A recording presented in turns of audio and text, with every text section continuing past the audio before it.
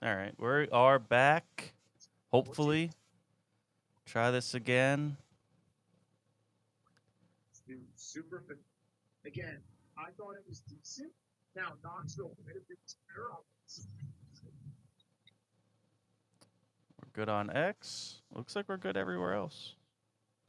So hopefully we're getting everybody back in. We'll give it a couple minutes here.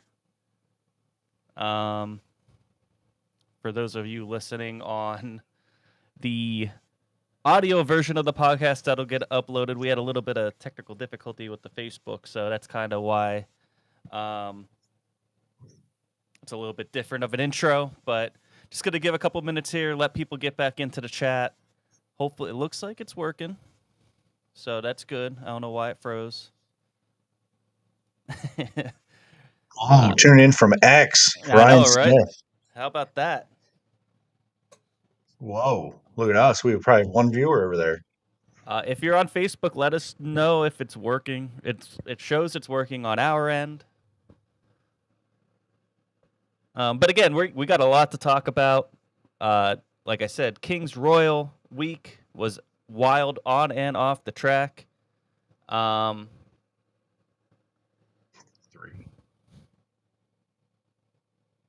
We also had some local racing. We got a couple people. Yeah, it looks good. Okay. All right. Good. Sorry about that, everybody. That's Facebook's problem. It was working on YouTube. It was working on X. Hopefully, it works okay now. Maybe it's because there's too many sprint car podcasts on right now. I don't know. That was a joke. Everybody's coming back in. We're getting all right. Here we go. All right. Thanks again, everybody, for tuning in. Sorry about the technical difficulties there. Rather at the beginning of the show than in the middle of the show. So fingers crossed. But let's jump. We're going to jump right into it. We're going to start off here with we were watching this on the side last Monday as we were live on air. High Limit at Fremont. We ended right before the feature started, and Cole Macedo got his first National Touring Series win in very crazy fashion. Flipping at the checkers.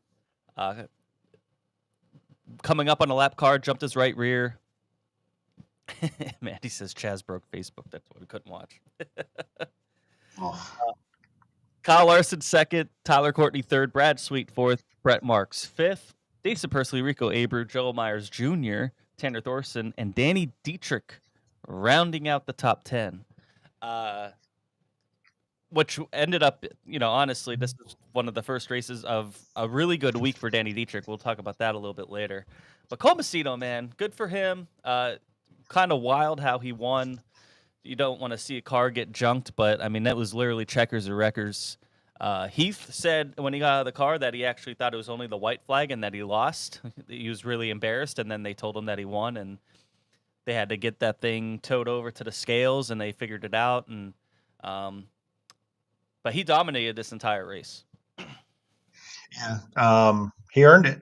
He if you're going to win one of these things, this is he's been running all season. It's his the first touring win, and he picked it up on quite a night. And he got a lot of laps there. He's familiar with it. Cut his teeth there a little bit in this 410 ranks. A little bit for a couple years. So Kyle Larson, Tyler Courtney, Brad Sweet, and Brent Marks behind you. You did something right. So shout out to him. He did a great job. Yeah, so I'm not going to spend too much time on this.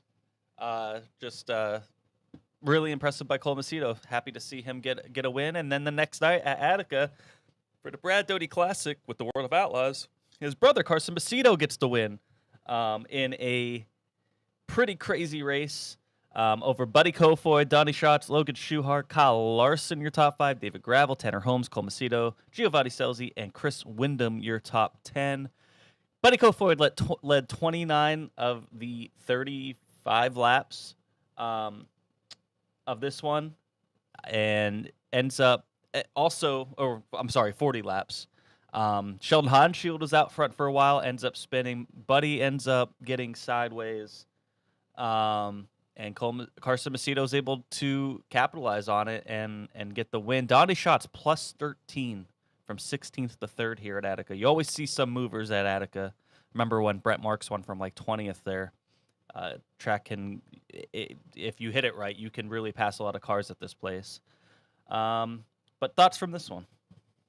You know, you talked about Donnie Schatz, and he's done this multiple times at Attica for whatever reason. He's won races there. He passes a lot of cars there, but um, Buddy Kofoid was the best car, but stepped on it, almost got back to it, right? Got back to him, gave Sheldon an opportunity. He stepped on it. It was entertaining. I was entertained. Can't complain about the entertainment. It was heavy. Logan Schuart. I mean, there was guys that were just, I don't know. This was fun to watch. I enjoyed this one a lot. Yeah, can't say I wasn't entertained by it. So I say it every time we talk about Attica, but I really want to get to this place. It's a bucket list track for me. I just think it races so awesome, and it's one of a couple of Ohio tracks I'd like to get to one day. And I'll tell you what, go ahead. giving Larson the pole and him not winning and finishing 5th is wild. Yeah. Right. So everybody there, I mean, hey, it's possible. That's why we race. Absolutely. It's what the Chris Berman used to say. It's why we play the game or whatever. It's got the same thing with racing. Any given, yeah, that's right. Any given night. Then we go to Eldora. Double down duels on Wednesday night. Double features, split field. First group, Aaron Reitzel gets the win over Logan Schuart, Kyle Larson, James McFadden, Anthony Macri, a top 5, Buddy Kofoid, Brad Sweet, Cole Macedo, Brian Brown, and Sheldon Haudenschild, the top 10. And then in Group B, Corey Day gets the win over Tanner Holmes, Rico Abreu, Tyler Courtney, Carson Macedo, Bill Baylog, Danny Dietrich with the 7th, Garrett Williamson, Hunter Schoenberg, and Cale Thomas, your top 10. Corey Day kind of stuck up the second one. The first one was crazy. This is the one that had quite a bit go on. Not as much as Thursday, but it took a while to get through this first feature, it felt like. But Aaron Reitzel, I mean, when he's on, going from 5th to 1st. Logan Schuart's been fast there. A lot of these guys had to move up. Anthony started 2nd, kind of fell back a little bit. Buddy Kofoid had to come from the B main here, 21st to 6th, plus 15 spots. These were fun to watch. The first one just took. I mean, it didn't end till like 1 a.m. It was pretty late. There was a little bit of a marathon, but they finally got through them. Randy, Facebook should be working. We had a little bit of an issue. We had to restart it, so Facebook should be working. But thanks for everybody tuning in, switching over to YouTube or switching over to X. We really appreciate it. That something that kind of came up, that started coming up here, and we'll probably talk about it, is kind of the roughness of turn 1. It's where it seems like all the calamity was. Obviously, there's some ruts, that were getting kind of deep and everything, especially pretty much only the first 3 nights, but ended up being kind of influencing maybe some of this stuff. Some of it was just overly aggressive driving. But yeah, this first one was pretty rough. One of those wrecks on that first night was Gio Scelzi going hard in the wall. And then Thursday morning, he ends up abruptly leaving KCP, which we'll talk about all that after all the results. We're just going to kind of go through the results here. But just to kind of paint the picture of how rough Wednesday night's first feature was. Then the Joker's Jackpot, $100,000 to win. All the points from the first night lined up, just features on Thursday night. National television, FS1, no other sports going on in the sports world. There is nothing. There was no baseball. There was no nothing. So this was a good prime spot to have high limit racing on prime time on a Thursday night when there's nothing else, for sports fans. Prime time. And I think the way they did it was awesome. They let it go over the half hour or so that it took, because this one also had a huge wreck in it that took a long time to clean up. Unfortunately, Tyler Courtney got injured in that one. But at the end of this one, it was Kyle Larson getting the win over Anthony Macri, who went from 11th to 2nd. Rico Abreu, Aaron Reitzel, Corey Day, Sheldon Hansfield, Garrett Williamson, Brian Brown, Logan Schuchart, and Brock Zierfoss. There were only 8 cars that I think passed under the checkered flag at the end of this.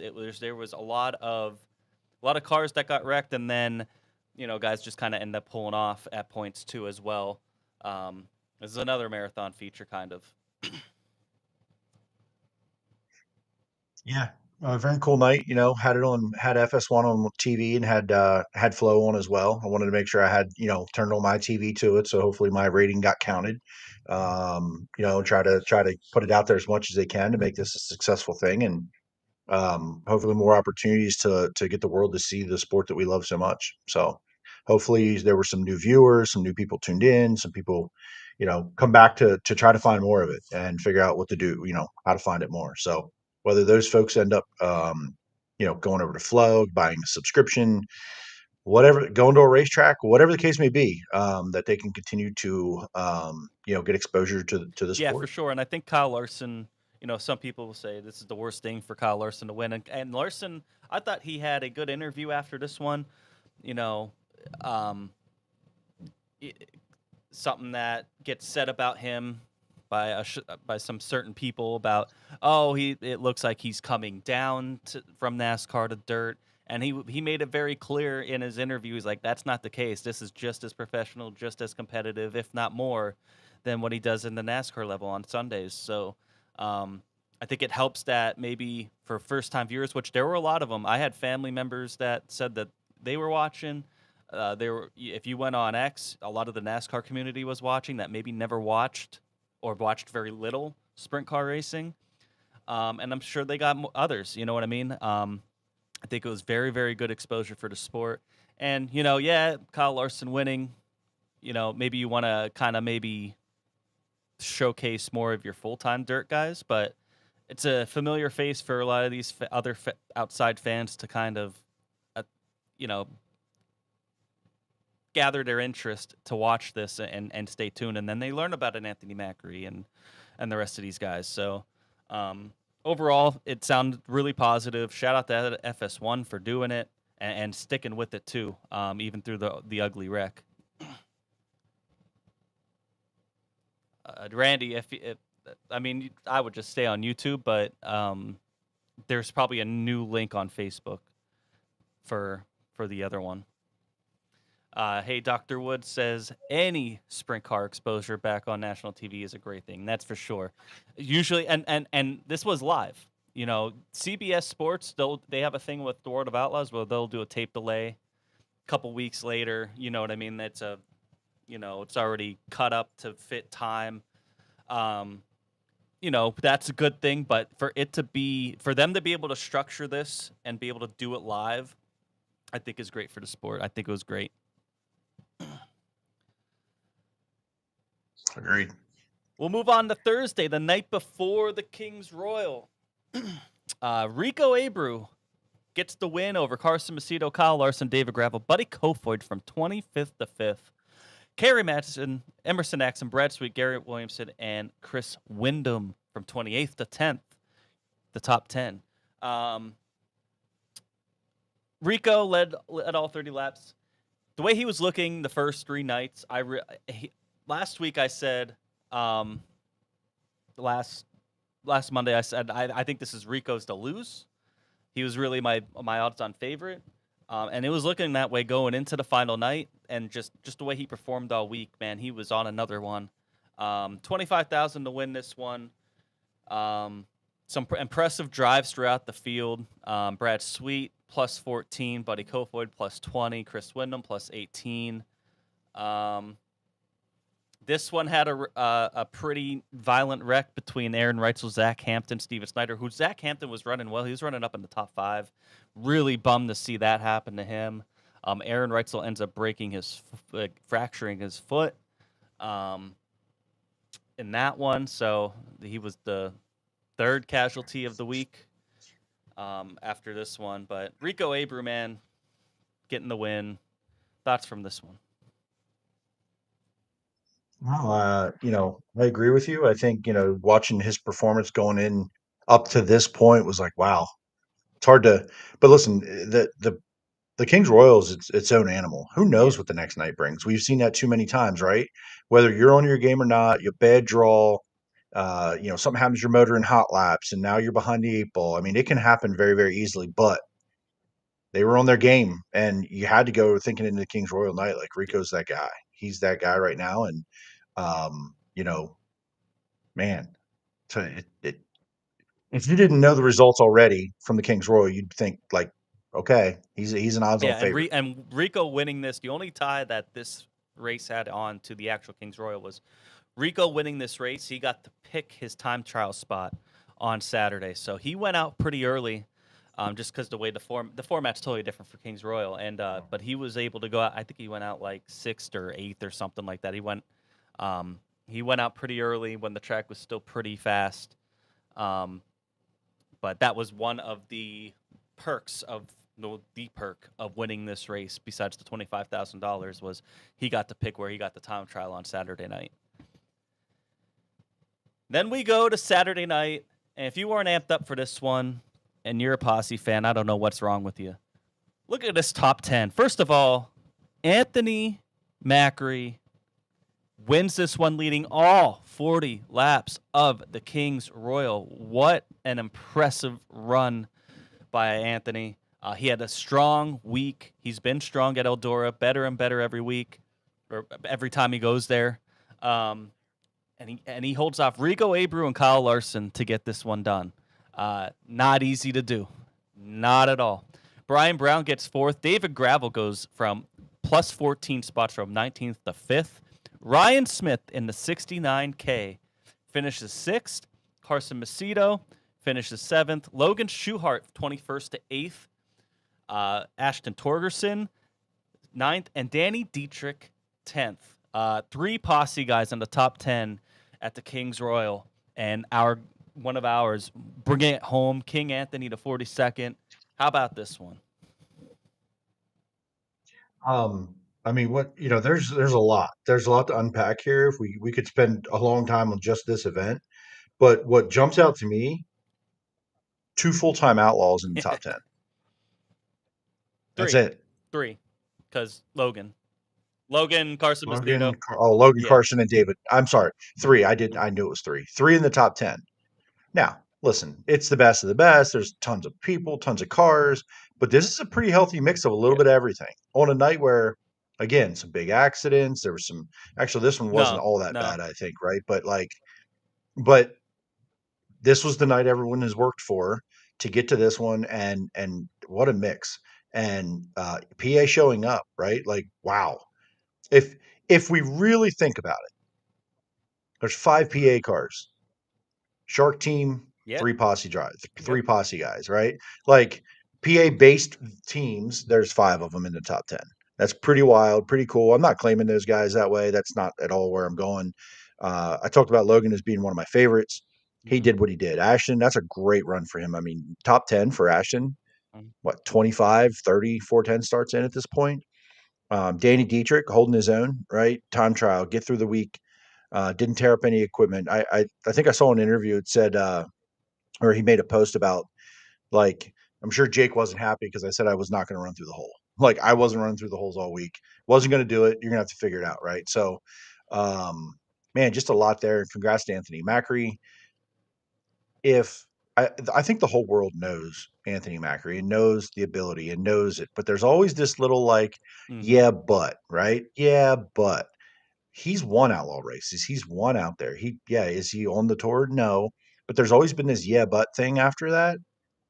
Man, I can't imagine anybody still saying now. it. There's no shot. No, Can't I be. mean he's can't had be. wins off the porch, like all over between High Limit and the Outlaws. But this right here it solidifies him. You know, a lot of people will say, "Oh, hi." Hi. That's my buddy. Just got home, getting ready for bed soon. But Mhm. for him to win this one, I think people look at his win total this year and they're like, oh, well, that was like all in PA. Okay, sure. This right here, this isn't easy to win, and he ran well all week. It's not a fluke. It's not. He's ran well there. The track was all the way to the wall. The track was all the way to the wall. It was pretty slick in the feature. It kind of reminded me of Port Royal, and they were making that comment where Macri once or twice he hit the wall, and the announcers were kind of like, oh man, he got in the wall. I'm like, man, he does that like a dozen times at Port Royal every time he runs there. And that's what it reminded me of. It kind of reminded me of, peak Port Royal where it's slick and you could run the bottom, you could run the middle, but the top is the fastest if you can make it work. And that's what he did. I think all those laps at Port when the track's like that is what really helped him here. Yeah, he kind of talked about that. Did you see the press conference? And they kind of asked him about banging the boards of Port Royal and with the comparisons and this and that. And it's like he said, it compares, but Right. it doesn't. It doesn't compare. We're hauling the mail. It's faster here than there. But I just think laps experience, him not being necessarily afraid to go up there and how to manipulate the car and make all that work. And Rico and Kyle both complimented him, like he didn't make a mistake, did his job, had a lot of speed. Rico said he was driving so hard that I was like, man, I feel like I'm burning my tires off. The pace that he was setting, best car won. Best car won the race that night. So congratulations for sure. There was a late race caution, and he kind of felt like, oh man, this was, because Rico was coming. He had Larson on his tail too. You kind of thought maybe this is when Anthony got past, but nah, he fought hard and kept the lead. He did a fantastic job. He deserves so much credit, and bringing home the Kings Royal, bringing home 200,000 into PA this week, pretty awesome. Ryan Smith, that 69K, it did not look good all week. The couple nights that Christopher Bell was in there, it seemed like they had some mechanical woes. I can't remember what happened to them on Thursday, but they didn't have a great night. Qualified well, and then in his heat, man, peak 69K, catfish in the bottom, passing a ton of cars, got himself up into the top three. Did he end up? Yeah, I think did he end up finishing second in his? No, he ended up winning his heat. He ended up winning his heat. Or no, he didn't. Second, sorry, because he started ninth. But catfish that bottom, it was so cool to see. And Danny Dietrich, he won his heat, started fourth, battled up there in the top 10 all night. What I thought was a pretty good week for them. You know what I mean? It looked like a legitimate contender. I'll tell you what's crazy. And I've never been a big pay through the field, but you ran 10th in the Kings Royal and you took $6,000 home. That's insane. That's like nothing. Yeah. For the amount of money and how many cars show up and, people coming from all over the country, you run 10th in one of the biggest events of the year and you take $6,000 home. To be fair, I mean, that's still more than what most local races will pay, not even just here, but all over the country to win. Clinton County paid $7,500 Sure, to win the other week. But Rico got 25 for second. Larson got 20. I get what you're saying. I don't disagree. That's why I think that's why Knoxville's crazy, because Knoxville you get $15,000 just to start the feature. That's why that one's the best. Yeah. But I mean, still 200,000 to win. It's still decent pay, but I understand what you're saying there. It's just you would expect maybe a little bit more for how big of an event this is. I'm definitely not a guy. Yeah, I'm definitely not like a handout guy. Like you should be getting all this money for 10th, but it's 10th against 60 cars. Like it's the King's Royal. You know what I'm saying? Like I think that there are times where, yeah, 200,000 is nice to put on paper, and Ryan and Anthony's not going to share it with anyone, but they would still all show up for 150 to win, and there was 50 more spread through the field. You know what I mean? Like they just would. So I don't know. Whatever. I know that's not really the topic here, but I saw that and I'm like, damn. Like, damn. So yeah, I mean Macri, awesome, a lot of momentum coming into this week, which we'll talk about later. But we'll talk about all this. Let's start go into all this stuff from off the track throughout the week. We're gonna start off with Gio Scelzi, where, like I said on Wednesday night, he had a pretty rough wreck. And then Thursday morning, we wake up here at 9:47 a.m. And he tweets, "I've decided to part ways with KCP Racing effective immediately. Thank you to Matt, Brett, and every single one of our partners for an incredible 5 years of racing. They gave me the equipment and people to elevate my career and race with the best competitors in the world. Thank you, Adam Clark, for being a part of this team since I started in 2020. Not really sure what is next." He did then there was a Sprint Car Unlimited article that came out later. If you don't subscribe, go subscribe. To read those articles, because it gave a little bit more light on, like, he wasn't really sure what the future holds. He wouldn't know, he's like, hey, maybe I'll go back to NARC, maybe I'll run some NARC, maybe he threw PA on the table. I mean, he didn't really know what was next. It just sounded like he needed time away and this wasn't working for him anymore. He did make a comment about his wrist. I'm assuming, because we'll talk about the next part of this story. But he did talk about his wrist kind of being hurt from Wednesday night and getting that checked out. I'm assuming it's good. But this was a shocker just because it's in the middle of Kings Royal Week. He's in that 7th in Outlaw points. Yeah, they haven't been running great. But I mean, it does have a win this year. It is the Outlaw Tour.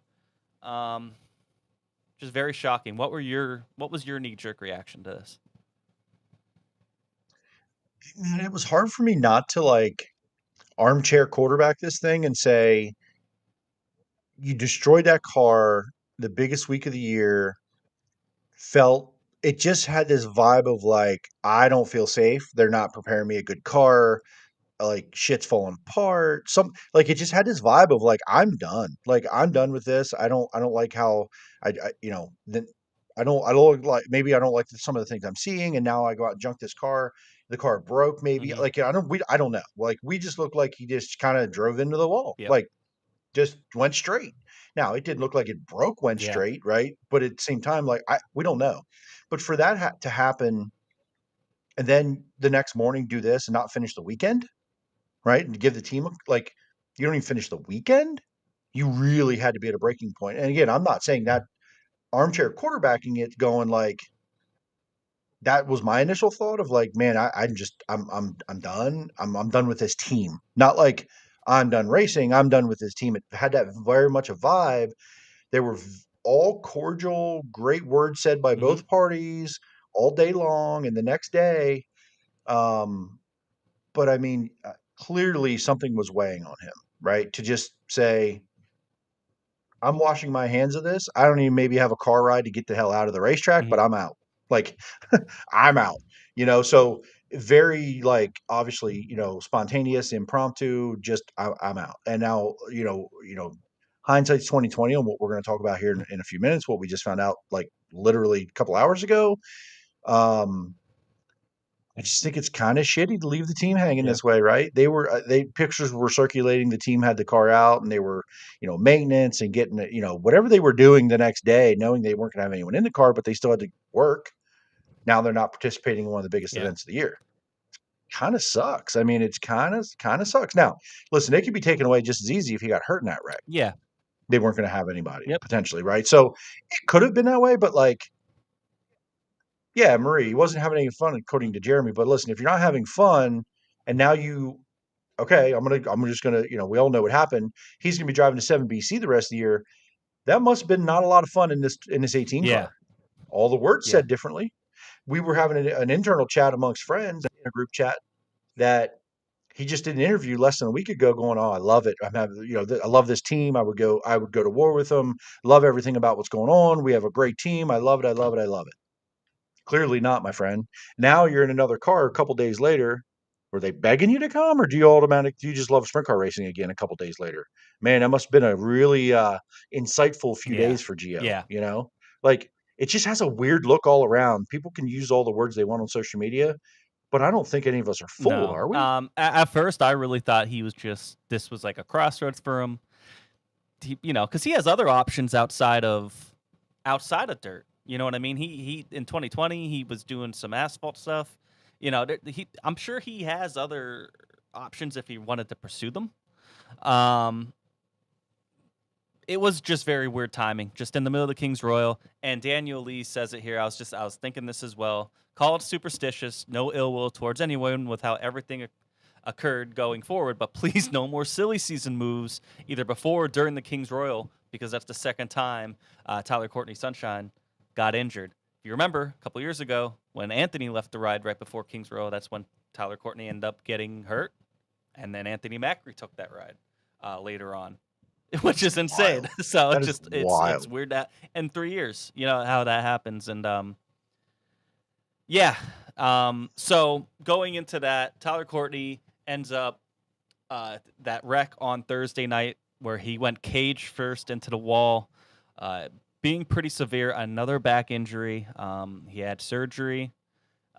He's doing well on his road to recovery, but he is done for the rest of the 2025 season, which is really a bummer, man, because I really felt like he was starting to come on and he was already in the title fight. Like that title fight in High Limit was pretty crazy, and it's going to get crazier now after we talk about some of this other stuff. But you really thought this could have been maybe the year where he was getting more of the consistency. He just needed a couple wins, and maybe he can get that title. Obviously, that's not going to be the case this time. So now the plans are for the rest of the year for the 7BC Lernerville on tomorrow night. Cole Duncan will jump in the ride, and like we said, Gio Scelzi will take over the ride for the rest of the season.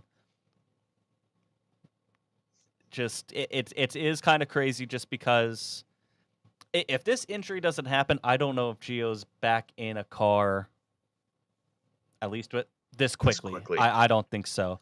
So, like you said, though, it is kind of shitty just the way he left them hanging in the middle of it. If you need to take time away, cool, not jump into something. It is what it is. But him, and it's good that they found a good driver to put into this car and keep them in that, at least in the owner's battle. But it is a little weird that he jumped right into this car. It makes sense, though. I mean, all that other stuff aside, talent-wise and everything, yeah, it makes sense. Gio's the top guy that was available, without a doubt. Yeah, I mean, look, I have no problem with 7BC team. They're doing what's best for them. They to do whatever. Sucks for Tyler. I just go back to the Gio thing, man. Like, clearly played the PR game going into it before he said I'm out. Clearly playing it because I love it, love what's going on, love my team, blah blah blah blah blah. Positive this, that, the other thing. He's been PR trained. I'm out. Love those guys, but I need a break. I'm worn out. Yeah. Nope, never mind. I'll go ahead and And- drive for someone else. I don't even know them. Or maybe he does. He might have a relationship, but you're going to go drive the rest of the season for another team in the other series. Maybe it's just he needed this refresh. And listen, none of us are entitled to really know what's up, but I think we can read the tea leaves a little bit here. You just wanted a better deal? You wanted a better ride? You wanted something you thought was better? To be a little fair, after Lernerville, High Limit's done until mid-August. So if a break is what he needs, he's going to get about 3 weeks here, because I don't think they're going to race anywhere else. Now, if they show up to Williams Grove this weekend, I don't know then. But I would assume that they're just going to race High Limit, and that's going to be it. So Gio does get that break that he's talking about originally, at least in that article. But Maybe they do show up. Maybe they want to get some races under their belt, right? Before they get back to the points title and stuff. you would think that they would want to, because hey, if they're gonna, like you said, they're gonna be fighting for that points title and trying to keep that 7BC in it. Right. Probably want a couple races before you get back to it to do it to kind of figure out what Gio likes and what changes you need to make. So we'll see what happens. It just says for the remainder of the 2025 season, doesn't say it'll be Gio Scelzi. So we'll see where they end up. get to some comments here. Jennifer Cool, who's in the 18 now? The 18's in PA, but we don't know who's going to be in it yet. I know some people that know, but I've asked and nobody's told me anything yet because I don't, listen, we're out here. We would say it. We're going to find out pretty short order, but I know someone knows, and their debut will be at BAPS. I thought I saw Santos say somewhere that the list was like 4 drivers. Yeah. Also know it'll be announced very shortly, but the list is consisted of 4 drivers. I don't know if he means it's down to a short list of 4 drivers, or are they going to rotate 4 drivers? I guess we'll see. Brandon Zirk, why is Zeb Wise still sitting on the sidelines? Zeb has chosen to be. He's chosen to wait for like the perfect opportunity, I think, to try to get back in. There was talk he did try. From what we know, he did throw his hat in the ring for the 1A when that opened up. You would imagine he's throwing his hat in the ring for any of these, for something right now. But at the same time, like for me, if you're to set, even if Gio Scelzi isn't available for the 7BC, am I taking Zeb Wise, who's good and all? I think Zeb Wise is a really talented driver, but he hasn't drove since last October. Are you really going to go and put him in there? Is he... I don't think he's seasoned enough to be able to just jump right in and go. You know what I mean? Like, I don't know. I could be wrong on that, but I think just him sitting this long, it's honestly, at least for 2025, it's going to limit his options. I think he's probably going to have to start looking more towards 2026 at this point. So, I wonder. Well, when you say down to a list of 4 drivers, meaning they're gonna down to a list, they're gonna find one, and this is in it full time. Do they pick and choose? Like, hey, BAPS Williams Grove, you get a posse, some sort of fringe posse guy who has experience at these tracks for this week, and then they get someone for Knoxville. Like, I guess we'll find out once it's announced and be like, oh, okay, this guy is the guy going to do everything, right? I don't know. There's people that are out there, I think, that certainly are capable, right? I think capable of doing a good job.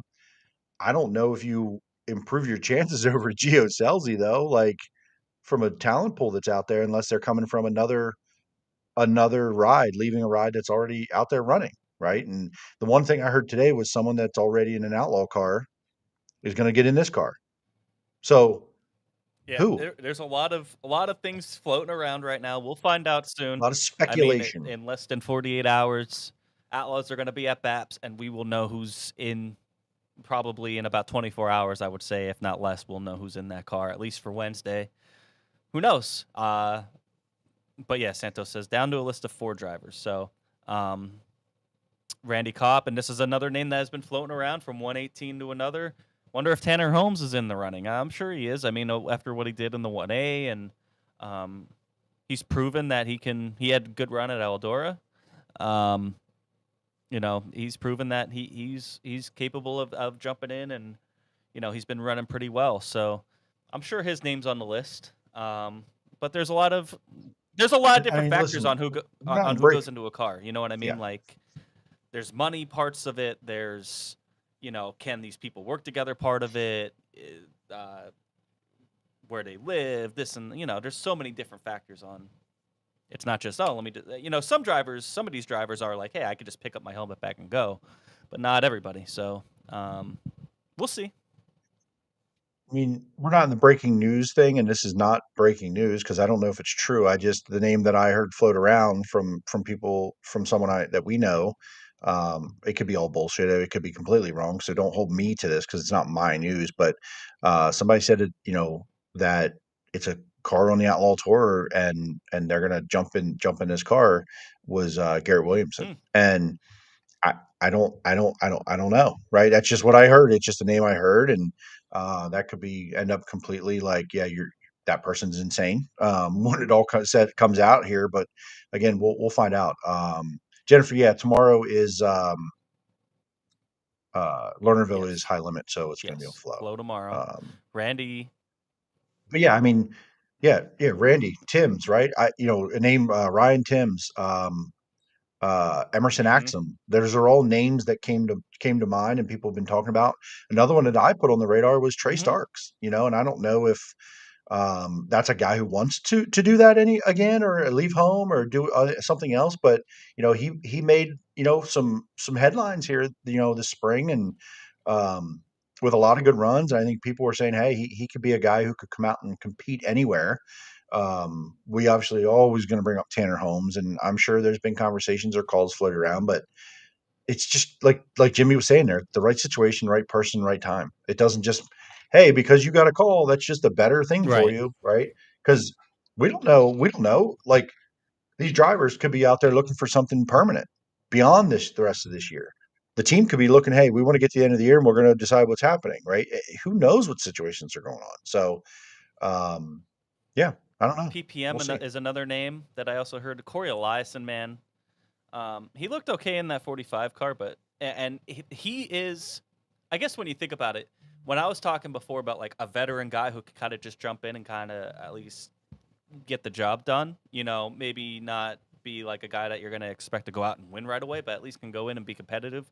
Corey Eliason's a good name. You know what I mean? To be honest, he still always finds a way to land on his feet. It seems like after the different rides he's been in, but I mean he goes out there and he can run pretty well with, and he has a lot of experience, especially compared to these other three. You know what I mean? So that are on the list: Holmes, PPM, and Axum. But and then what did Ant Base say here? Ant Base said, I just clicked off of it. There's a picture of Garrett's car without a seat I saw floating around. So we'll find out here soon enough. There's also other injuries here. Obviously, Brad Sweet took a hard hit from on Saturday from spinning, and then Cale Thomas, who also got a bad part of that deal. Brad Sweet got taken to the hospital on a stretcher. He got out on his own accord, apparently. I didn't see that part. I just saw him getting taken out on a stretcher.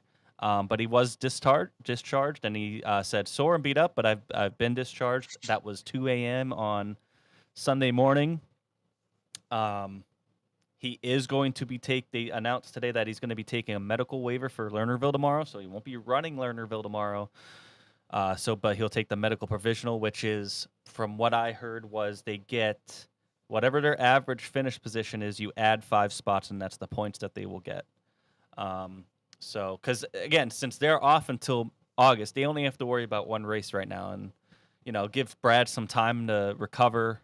I think is the smartest thing. I doubt you see him in PA. Obviously, I think he's going to take all this time to rest up. And yeah, I was going to say he definitely had to have a concussion. They didn't announce that. I don't think. I didn't see anything, but that would be my assumption. He got hit pretty hard on that driver's side. But ugly wreck. Good to see him be able to walk away. And then, like we were talking about before, Aaron Reitzel, who fractured his foot. They put out, appreciate everybody reaching out to check in on Aaron's condition. He's going to get evaluated by a doctor, and we'll take things from there. The plan is to utilize a medical provisional for Lernerville Speedway on Tuesday, then see what our timeline looks like. Our main focus is on Aaron's health and safety. We'll see what the doctor has to say and take things from there. Maybe those couple weeks until the high limit returns will be enough for him. But if not, this is another opportunity for maybe somebody to fill in. Probably only, I would imagine, only for maybe, I mean, we'll see what happens, what the doctors say, but probably wouldn't be for very long. It'd be probably temporary. I would imagine, just speculation, I would say he's probably back in it by then, but we'll see. You don't know. He has to get more tests done and everything. I think the plan is for these teams initially. Hey, we're out for Lernerville. These two, the 87 and 49. We get closer, we'll evaluate it then. But right now, we're out. Mm-hmm. We're done. We don't want to deal with extra or other drivers. We'll cross that bridge when we get there in a few 3, 4, whatever weeks. I would assume. Listen, unless there's another bigger issue, Brad will be ready to go. He didn't have anything broken. Yeah. Concussion, right? 3, 4 weeks, depending on the doctors. I mean, we don't know. Now the fractured foot, we'll see, right? This is a tough dude. He's proven it before. But listen, none of us know. We're not going to get injury updates like we do in the NFL here. So we're all going to sit and wait and see. But I don't expect to see either of those cars hit the racetrack again until one, the regular drivers are back in it, or two, they get announced that they need more time. We're gonna put someone in Yep. it for a few weeks. Yep. That's it. We're not going to hear anything else from these teams Yeah. until then. I think the only way you see these cars on the track is like if somebody like Aaron has to be out for an extended period of time, and they have to find another driver. Maybe they go and run a couple races before High Limit comes back just to kind of get some kinks worked out. But I'm hoping that's not the case. Number one thing is that all these drivers, including I didn't have Caleb Henry from Attica. That was a very scary one. He's doing physical therapy and stuff to get back. I haven't heard an update on I don't think racing's on their mind right now. That was a pretty scary injury as well. It was a rough week. So the main thing is that those 4 drivers and everybody else involved in these wrecks, there's a lot of other guys that took hits that didn't necessarily go to the hospital, but did have to get checked out and had a rough time. That all these drivers are okay and that they focus on getting healthy and to see them back at the track as soon as they can. The rest of it doesn't matter at the end of the day. Okay, thanks, Marie. Yeah, so it was a concussion.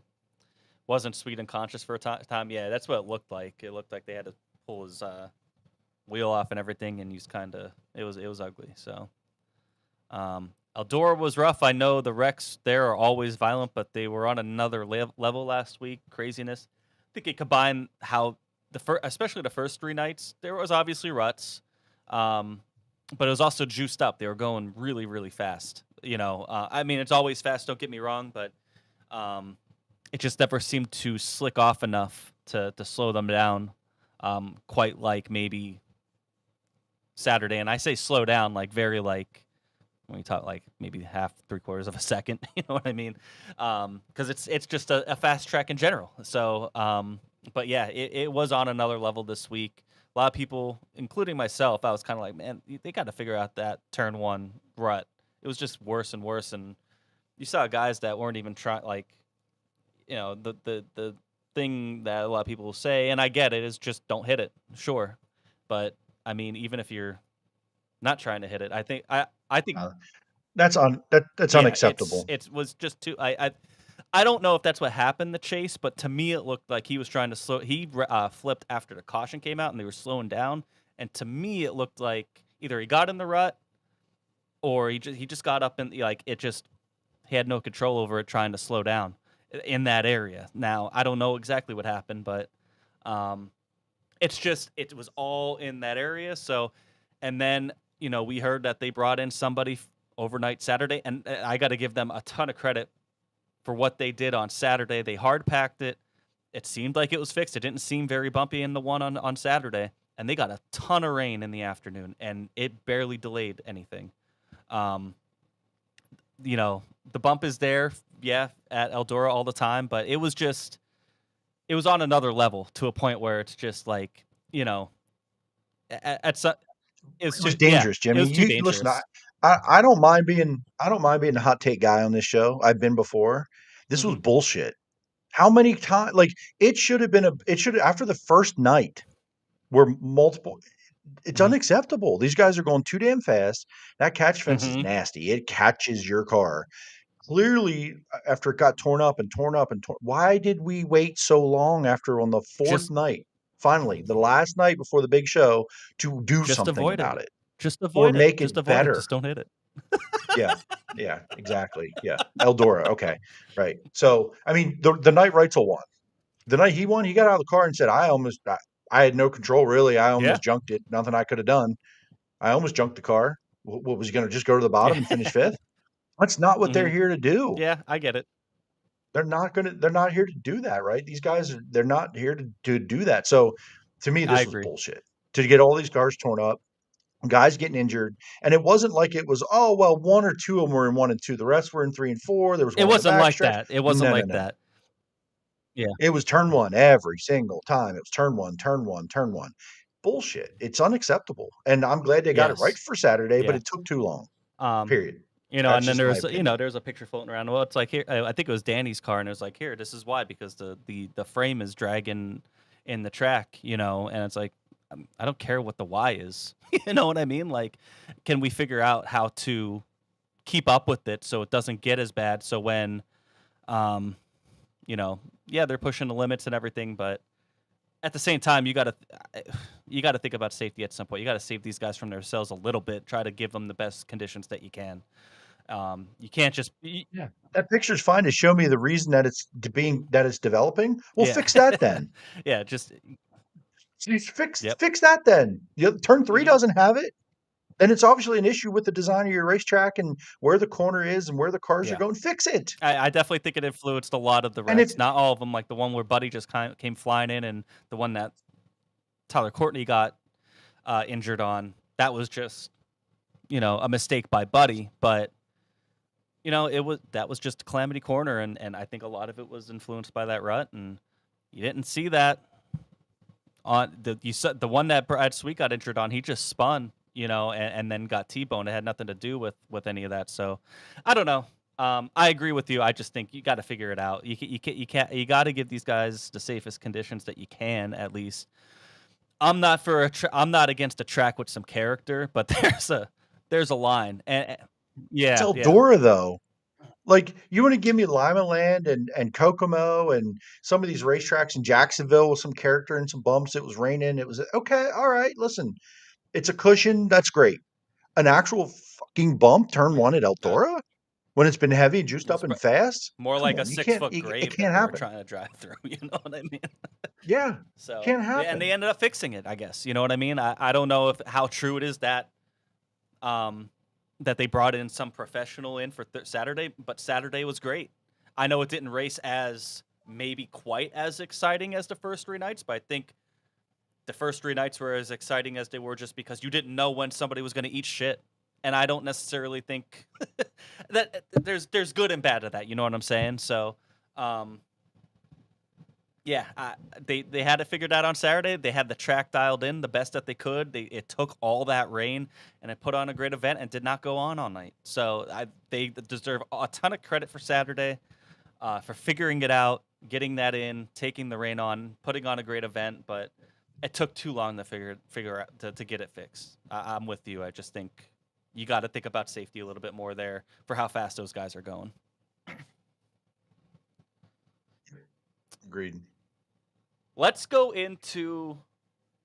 I don't know if he's either the most. I guess I don't know. David Gravel.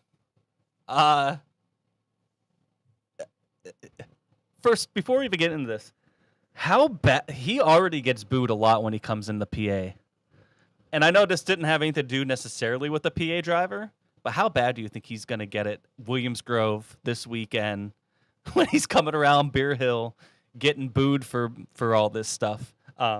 It better be deafening. That's all I'm saying.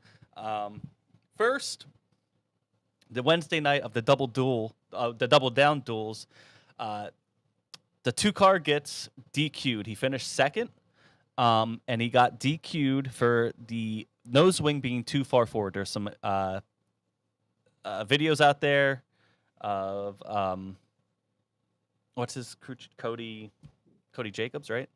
Jacobs.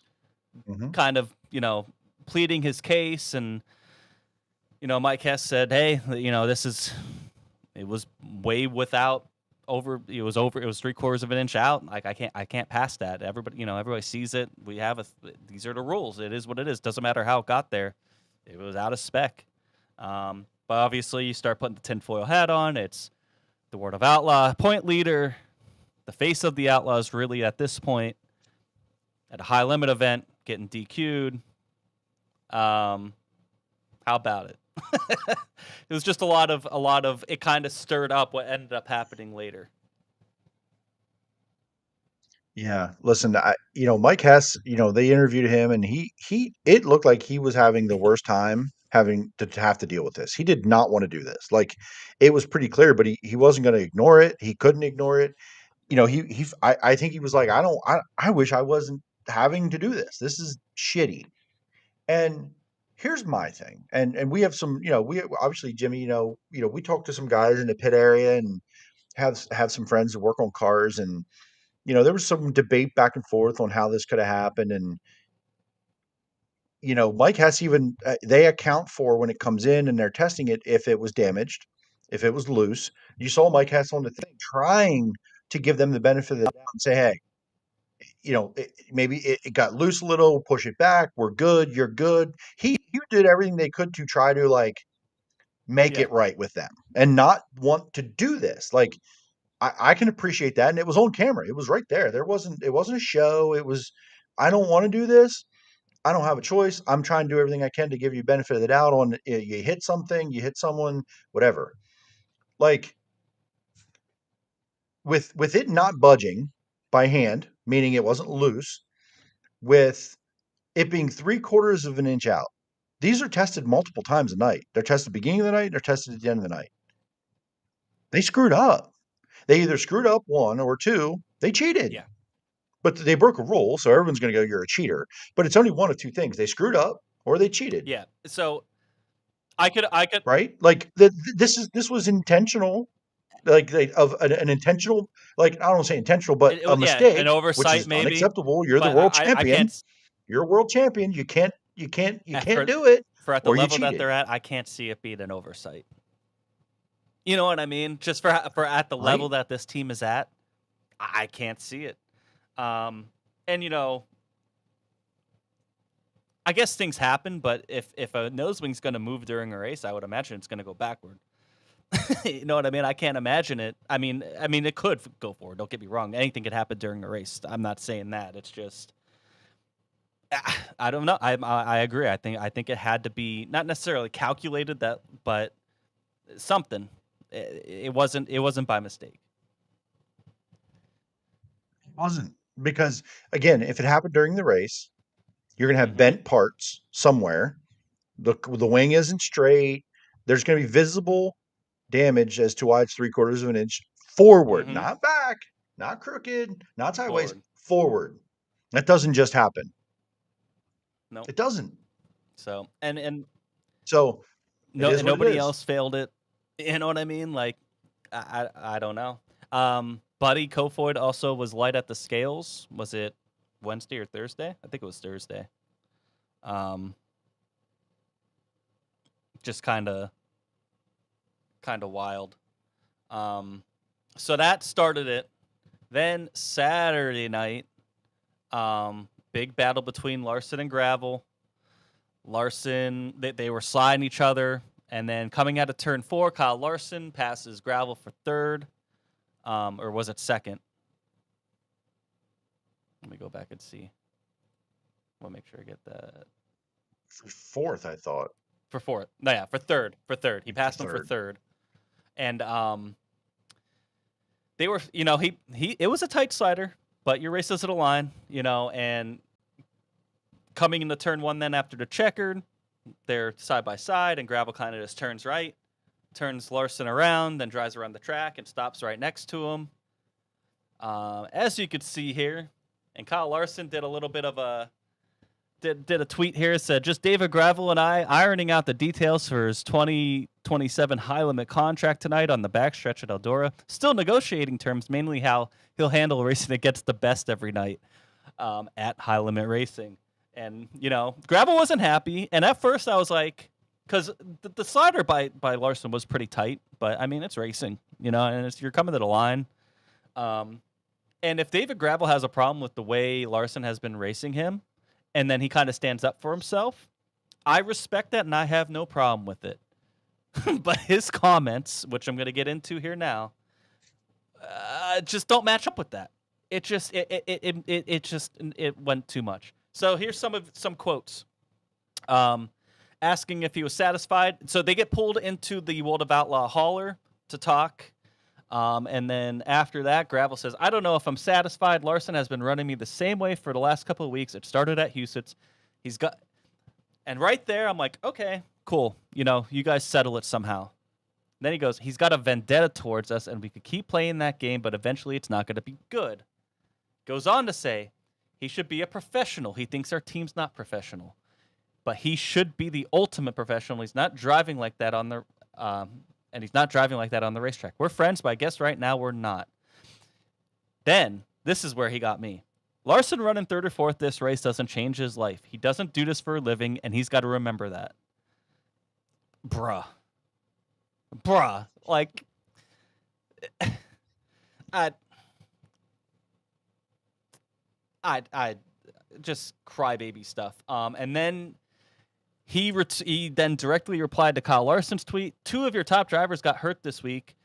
Maybe that would open your eyes on how to race with respect. If you and all your fans think that that's how you race in a sprint car, if that how you race in a sprint car is racing with respect, you are fooled. I will take all the smoke. As far as the contract, better make it good.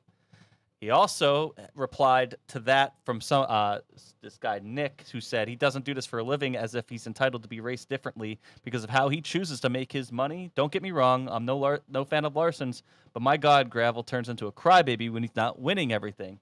Gravel then responds again, running third or fourth doesn't change his life. He has a vendetta against my crew chief, risking crashing 1 or 2 cars for a position on the track with uncalled slide jobs that every time require to slam on the brakes or crash. Enough is enough. Like I said, my personal opinion was if he has a problem with the way Larson's running him and he's taking it, that's fine. Hey, it's just you 2 on the track the way you're running. All this other shit, he has a vendetta against us, third or fourth doesn't matter, this and that, that's crybaby shit. You're out there to race. You better be ready for anybody to race you hard. Now, if they're racing you dirty, I totally understand and I respect that. But when it goes to this here, I just think that's crybaby stuff. So this isn't the first time, and I told I don't know where I talked about this in a group of our friends, but Gravel said the same thing about Brent after a Williams Grove race one a couple years back for fourth, fifth place, second, third, fourth, something like same thing. Brent threw a slider late, it was a short slider. They didn't wreck, but he was kind of talking shit about, well, would you slide your mom for third or something like that? Do you remember that? Yep. Like a few years back, and it's not the first time, when someone drives him hard, races him hard, and he comes out on the losing end of it, that he's kind of been a little bitch about it. And it's not a good look. Like, who gives a shit if they race for a living or not? You got beat and you're crying like a little bitch. And who cares if it's for third or fourth? Mm-hmm. What do you, just like we said, Reitzel, you know what, Reitzel? You shouldn't run through that hole near the wall. That's a little too risky, my guy. You do this for a living. You should be safe and not run through the holes. Like, what? What are we talking about here? Like, and yes, with Buddy last year, same thing, right? He just kind of comes across as soft, and it's not great. And there's times where like he'll talk and I'm like, yeah, like this guy, he gets it. He's a good racer. He speaks well. And then these things happen, and I'm like, Come on, dude. Yeah. really, my And guy? like, He doesn't race for a living? yeah, like What do you mean he's not racing for a living? Kyle Larson, of anybody, think he about races this. more than Kyle anybody. Larson has more to lose than David Gravel. He has a lot more to lose than Yeah. David Gravel. Yep. I tell you that. HendrickCars.com and NASCAR, my guy. I don't want to talk down to the sport we love, but who's got more to lose here? Nut up, dude. Nut up. Go race. It's Eldora. I kind of understand him saying third or fourth doesn't matter to him there, but like, what do you want him to do? Not race and just give you the spot? Like, cut me a break. Again, he had me in the first half. Hey, you guys have been racing hard. You felt like he's raced you dirty the past few weeks. Totally get it. The whole vendetta, like, I was calling him David Chazelle. It's living rent free in Gravel's head, bro. Larson is living rent free. These are all Chaz talking points, which nothing against Chaz. I'm just saying, and it's kind of, it's kind of like, all right, well, I mean, maybe they're true, maybe they're not, but it just doesn't come off like something that you're champion of what's supposed to be the top sprint car series in the world. This is your champion, your guy that's dominating the series, and he's going to cry like this when he gets raced by somebody hard. If you want to say, hey, he's not racing me with respect, I'm going to handle it, okay. And there's people for calling for him to be suspended for what happened. I don't think so. I don't think it was that bad. They were slowing down. Yeah. They were tight into that corner to begin with, and I think he got into him because he was pissed off and he just said, "Hey, whatever," you know what I mean, and just turned him. But I don't think it. Yeah, that was a little aggressive from Yeah. people. Like, yeah, we're kind of shitting on Gravel here, Well, but let's like, be- yeah, yeah. let's relax. Suspended, skip- stop it. Like they got called to the hauler. If there's a silent fine behind the curtain, move on. Right, big deal. It was more about these comments and about the racing on the racetrack that's bigger for me. Like, he was pissed off. He did a little hook the tail tank, spun him out thing. Yeah, it wasn't a big deal. No big deal. Like, Yeah. I'm not that. It's not that he didn't drive backwards and drive over your hood. He didn't full speed, you know, just like, drive through them or anything like that. Like they were slowing down in the corner or Right. sideways. He just And they kind of were hooked Yeah. together as it Yeah. was anyway. So it it's not wasn't a that big deal. And they got talked to in the World of Outlaw hauler, and hopefully they can move on from it. But it's gonna be something to keep an eye on whenever these guys race each other now. And yeah. So let's go through some of your comments here from the fans, because there's a lot of good ones here. I want to go back here. Daniel says Gravel destroyed the car in the B main of Joker's Jackpot, all culminating to the Larson deal. That's true.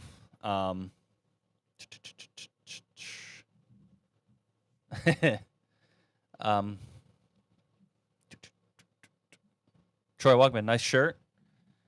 Thanks, Troy. Good job this weekend.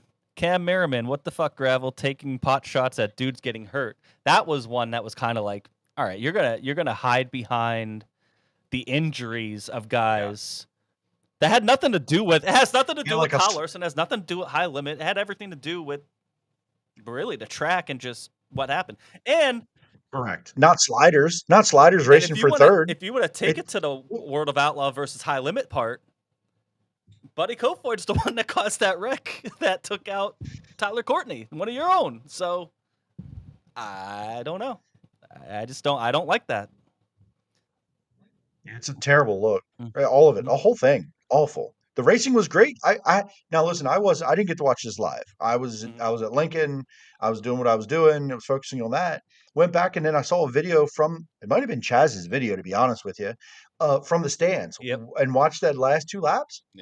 I would have been hyped watching that race. That was a good battle. It was tight. That was fun. It wasn't. I don't even like. It was tight racing, but it's Eldora, and it was a narrow race. Like it was a sliding. It was a slider type racetrack, and they were fighting for that spot. Like, I don't know, man. Just an awful look all the way around. Yeah. What do we got in comments for this one? Daniel Lee, at least Gravel and Larson drama gives Double D a break from Keyboard Warriors this week. Hey, and he shout out Danny, man. He had a great week, I thought. I know they wanted to be a couple spots better, but he really, really, really strong rolling into this week, and we're going to talk about that here soon. I'm not going to. Hey, Dr. Wood, 1,000% correct, Jimmy. I've always held that opinion. Beef between drivers is settled between drivers. Anyone else they bring into the argument is chicken shit. I will say there were Larson fans in the pits around Gravel's car and his crew, and they were jawing back and forth. It looked like it was getting a little tense there. So I could see Gravel maybe being hyped up from that when he said some of these comments, but still, I don't agree with any of them. I don't know if you want to go against the Larson army. I mean, whew. Matt Bird, how many Posse fans give Gravel a little diaper or tampon this week? All of them, I hope. Cam Merriman, yeah, well said. Gravel had me in the first half. That other shit is a bit beyond the pale. Gravel, you are in the driver's seat to win the 2025 World of Outlaw Championship. Do your talking on the track.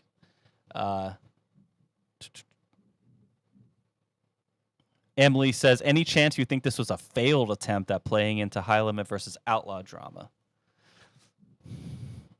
If anything, it's a successful attempt, but I don't think it has anything to do with that. Well, Larson's tweet was the correct way to do it. Larson's tweet was the best way to do it when they were sitting like this and talking to, he kind of played on like, that's the right way to do it. This is just an awful look for you and your series. This is the right way to do it. This is the right way to keep that going. I love it. Good job, Larson. If he did this on his own, this has the writings of like the Larson. Kyle wrote this on his own. I love this. gravel. Yeah, maybe you're right, Emily. That might be the right way. Now I'm thinking about it. That was he was trying to do that, keep that rolling, but ugh, what a terrible look. Brandon says, "Can't wait to hear the booze at BAPS on Wednesday when he comes out for heating the motor. He's going to get it this week. That's for sure." Dirt My Beer said, "Yeah, didn't somebody get escorted out by the police? That's something I heard." Chaz said, We all heard Gravel was that. I don't saying, know. or Chaz was saying, Gravel was getting escorted out by the police. There was security down there trying to separate some of the fans from the crew. And honestly, listen, if you're a fan in the pits after the race and something like this happens, stay the fuck out of it. Go home. Stay away. Don't get involved. It's not your fight to fight. Boo them on the track. You know what I mean? Don't go in the pits afterwards starting shit. It's not your fight. You know, it just makes it worse for everybody. Bradley Weatherby says, I kept telling you, all you guys, that Gravel is a bitch.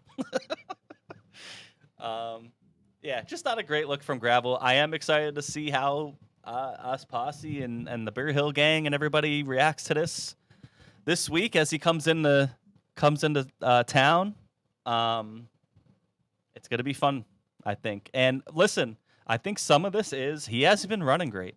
I mean, he hasn't been running great by Gravel standards. You know, he's obviously a lot of probably 95% of the rest of the sprint car want to be running the way he is. But he's, you know, he hasn't really been. We haven't had a dominant performance from him in a couple weeks, and that's a long time for him. You know what I mean? So maybe that's some frustration there. He didn't have a great week at Eldora, and it's been, you know, a little bit slumpy, but he's still running well, just not maybe at what they want to run at, and that could be a part of this. Leader goes, you go, pussy. That's a.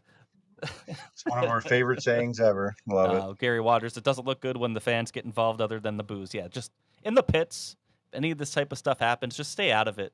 Keep it between the teams and the drivers. Don't add to it. There's no need to.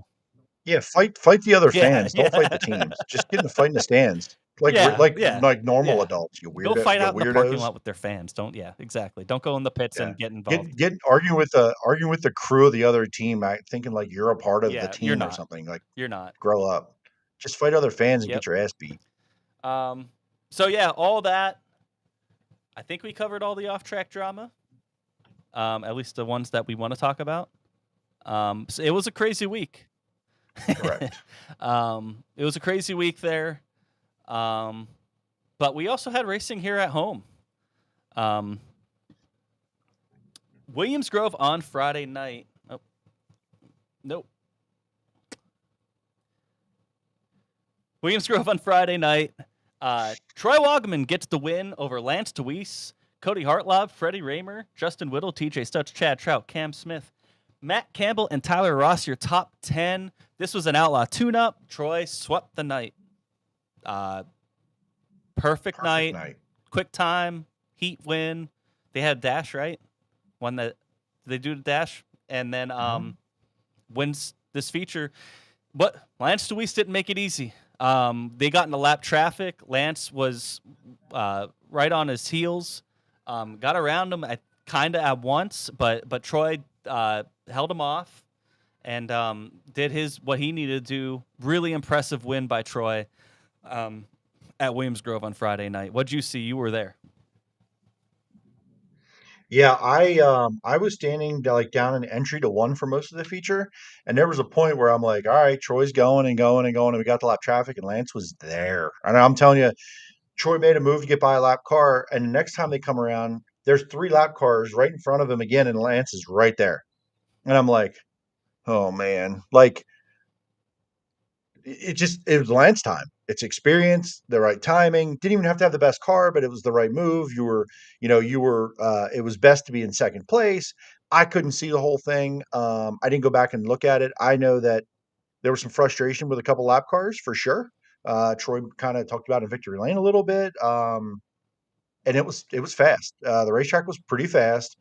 So I think everybody was pretty fast. And once you got the lap traffic, you were about the same speed as the lap cars for kind of like, it was hard to get it done. So Troy pulls it off. Troy gets it done. So what a what a Yeah. role he's on right now. Daniel Lee says Troy solidifying the preseason over. We told him when he was on the show last week, we're like, hey, you got to go get one more and make us look good at like we're smart or something because we said you're going to get more than 3 wins. This is 4, and man, he's on a roll right now, man. It could be a lot more.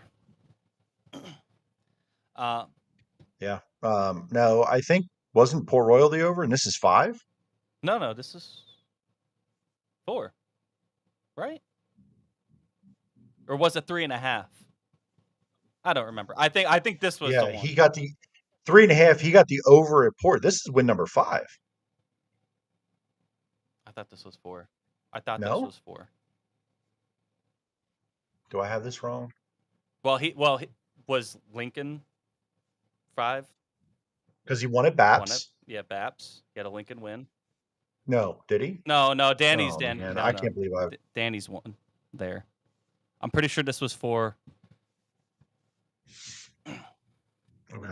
Okay. Now I'm gonna go. I'm pretty sure this was 4. Is 5. it 5? Yeah. Well, either way, he Lincoln, Williams Grove. Wait, 2020, 2025 wins. BAPS, Lincoln, Port, Williams Grove. He won at BAPS in May. Yeah. You're right.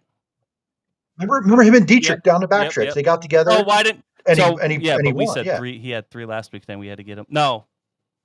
Yeah, we were just wrong. We were wrong last week. That's when we talked to him. Yeah, we were wrong last week. He hit the over when we had him on already. Yeah. He got Port Royal was 4. We had him here on Monday. It's 5. 5 wins. Williams Grove is win number 5. How about it? Yeah. BAPS, the Bob Lobby Memorial, Steve Smith, the Klein, Williams Grove. Eric, what's good, boys? Just tuning in. What's going on, Eric? Have we discussed the Bitcoin puppets yet? What's up, no. Eric?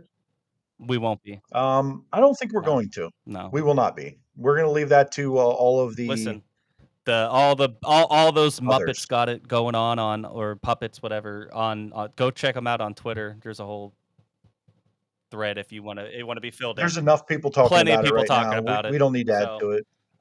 We're not going to talk about that. Just shitty deal. Whatever it did happen, it's a shitty deal. That's what we're going to leave it at. We're not really going to talk about winners of D mains. We're going to talk about racing. So, but yeah, so Troy swept. This is a great tune-up. Great way to look at a tune-up to roll right into this. Lance looked really strong. Looking at the points, Cody Hartlaw, great run for Cody. Looking at the points, Troy kind of stretches out his lead a little bit. 155 over Freddie now. Lance closing in a little bit at 230 behind. Then Stutz, Whittle, Trout, Dietrich, Zierfoss, Smith, and Dietz rounding out that top 10. Freddie finishes 4th here. He looked decent. Justin Whittle with the top 5. So, yeah, I mean, there's a lot of guys here that, for it being the time trial show and everything, really showed out and ran well all night. We'll go into Lincoln, where TJ Stutz got the win over Dylan Norris, Cam Smith, Freddie Raymer, Tyler Ross, Troy Wagaman, Preston Latimus, Matt Campbell, Mike Bittinger, and Brandon Raymer, your top 10. Was Troy your hard charger, plus 12? Yeah, or no. Plus 13 was Aaron Bollinger. 24th to 11th. But Troy plus 12, Freddie Raymer plus 10, Cam Smith plus 8. A lot of movers in this one. But TJ Stutz in the plank car, getting in victory lane at Lincoln. You were there for this one. How was this race? We were lucky to see a race. It rained fairly hard for 25 minutes, and they got the track ran back in. We got the surface we got, and it was narrow, heavy. You needed to bring a set to get this race. And shout out, look, you see these movers in this race? This was a handicap show. Narrow, fast, and we're still passing. Handicap show. It was good. Gave these guys a chance to start up front, a couple of these guys, but this is what you had. TJ got the job done, got up front pretty quick. got by Alex Adhard. Yeah. Unfortunately, he actually had a steering malfunction and hit the wall really hard. So hopefully he's doing okay. But he had a really fast race car. And actually, at one point, he was kind of right on TJ, kind of like, okay, got the second settled in and was running TJ back down. I don't know if he was ever going to get by, but that's all whatever. Jude Siegel. Listen, I'm going to shout out Jude Siegel a little bit here. This kid, third 410 race. I don't even know if he finished one. Like, he won his heat race by multiple seconds. This kid was running pretty decent in the feature. Had a tire go down, had to pit, and then kind of ruined that run. But like, very impressive. Won a heat race. There were other guys handicapped to the front, didn't win their heat race. He got away and got gone. So, really nice job by him. Troy for the point title, come back up through the field, finished 2 spots behind Freddie there. Troy struggled in the heat a little bit more than Freddie did. Freddie was able to get up there, pass a few cars in the heat to get into the redraw for the handicap. So yeah, just a fast hammer down racetrack. Nothing you could do. Part of the circumstances. The only rain in PA that night was right over Lincoln, and they got some rain. So yeah, it was a good one. Dylan Norris, by the way, very impressive. 8th to 2nd. Cam Smith, Freddie. I mean, all these guys. Look at where they started and where they came from. It was fun to watch.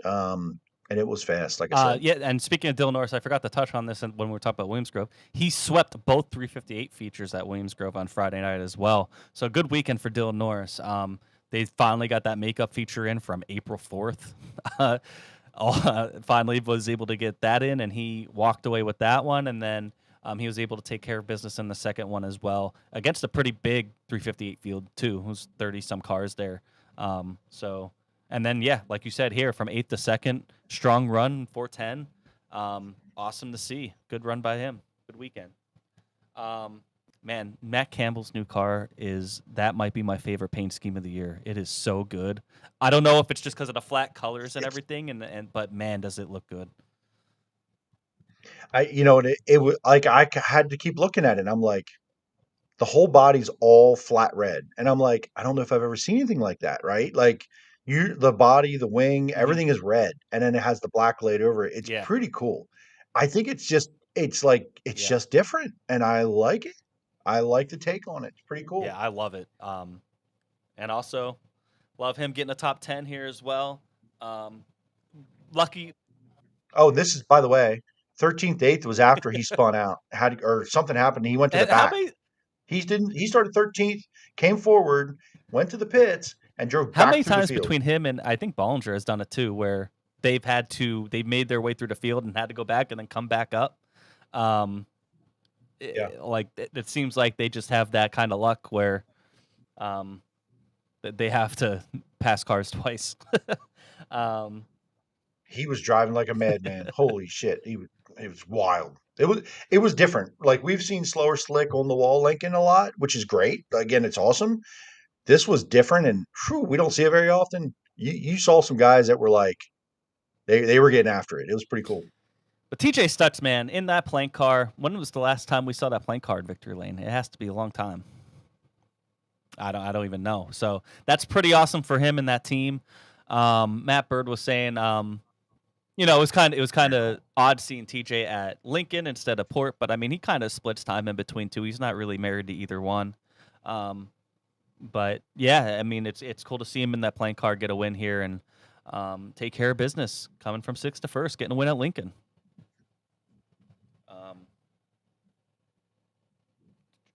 Lincoln points.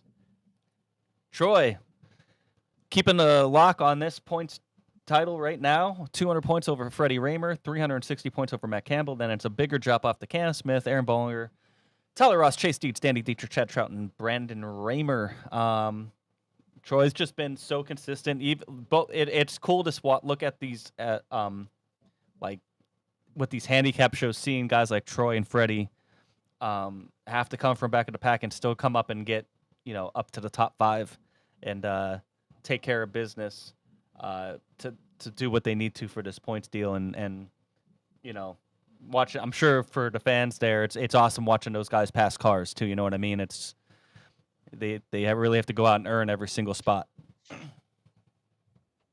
some fans, some fans enjoy it. Now, listen, I'm going to say something here, and it's not about me. It's about the fans, and this is I've never done this, except my younger drinking days. Talk shit to other fans, and it was a good time. But just the incessant hatred toward Freddie listen, it's fine. You don't have to like the guy, but people put so much energy into hating him where they should just put that energy into liking someone. If they put half that energy into actually rooting for someone, they would be a lot more enjoyable. There was a guy, just him and his wife. There wasn't a lot of people there.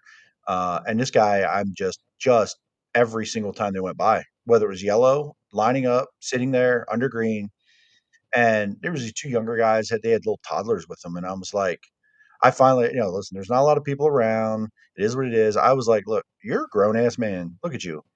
I said, you're embarrassing yourself. You know that? I said, these little kids behind you are more mature than you are. You're a grown up, my guy. Like, act like it. You can dislike him. That's fine. I don't care. I don't care that you dislike him. I don't give a shit who you like or dislike. But do you see yourself right now? Yeah. Grow up. And then he would do the middle finger, but he would hold it close to his chest. Like he wasn't extending it out anymore and yelling and carrying on. And I was like, yeah, grow up, my dude. Just grow up, man. I don't really it didn't upset me that he dislikes the guy. I don't care about just that. just the amount of energy that they're putting into it. But yeah, I was just like, but you could focus that on someone you like, just a little bit of it. Dislike him. I don't care about that. I really don't. You could dislike my favorite driver. I don't care if you do or don't. That everyone's here for that. If you don't like anyone, you wouldn't be there. Or dislike anyone, I guess. But I was like, man, you're kind of making an ass out of yourself. So I don't know. Maybe no grown man has ever said that sober to him before, because I was sober.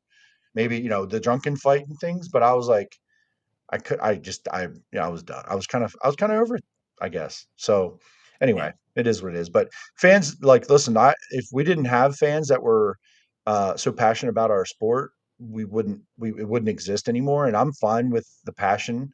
But listen, man, you're still an adult. Yep. You're an adult. Act like one. I'm fine disliking anyone. That's okay. But it was just, it's crazy. Billy Anyway. Dietrich says rain delay racing is the best with an eye roll emoji. Well, I would imagine that's not Billy's not his favorite. Yeah, it's probably not his forte, I would say. I don't know. I'd imagine it probably would have been okay with him if they packed up and headed home, maybe. I don't know. It's just, I could tell there were some people frustrated sitting in the pits are we doing this? Is this really going to happen? Are we really hanging out?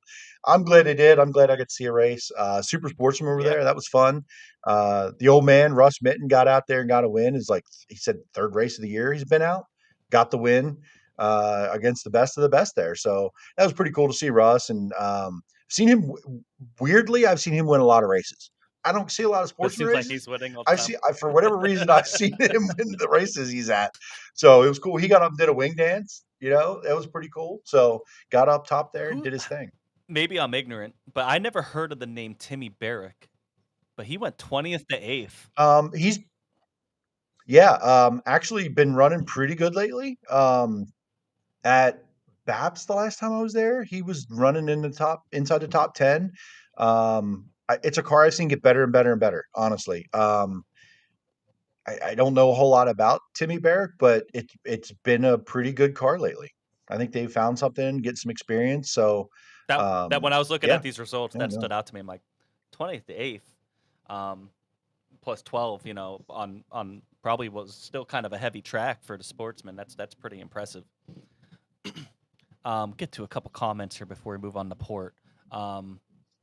Daniel Lee says fans need to give Freddie Hate a break. Go hate on gravel. I'm sure you're gonna see that this week.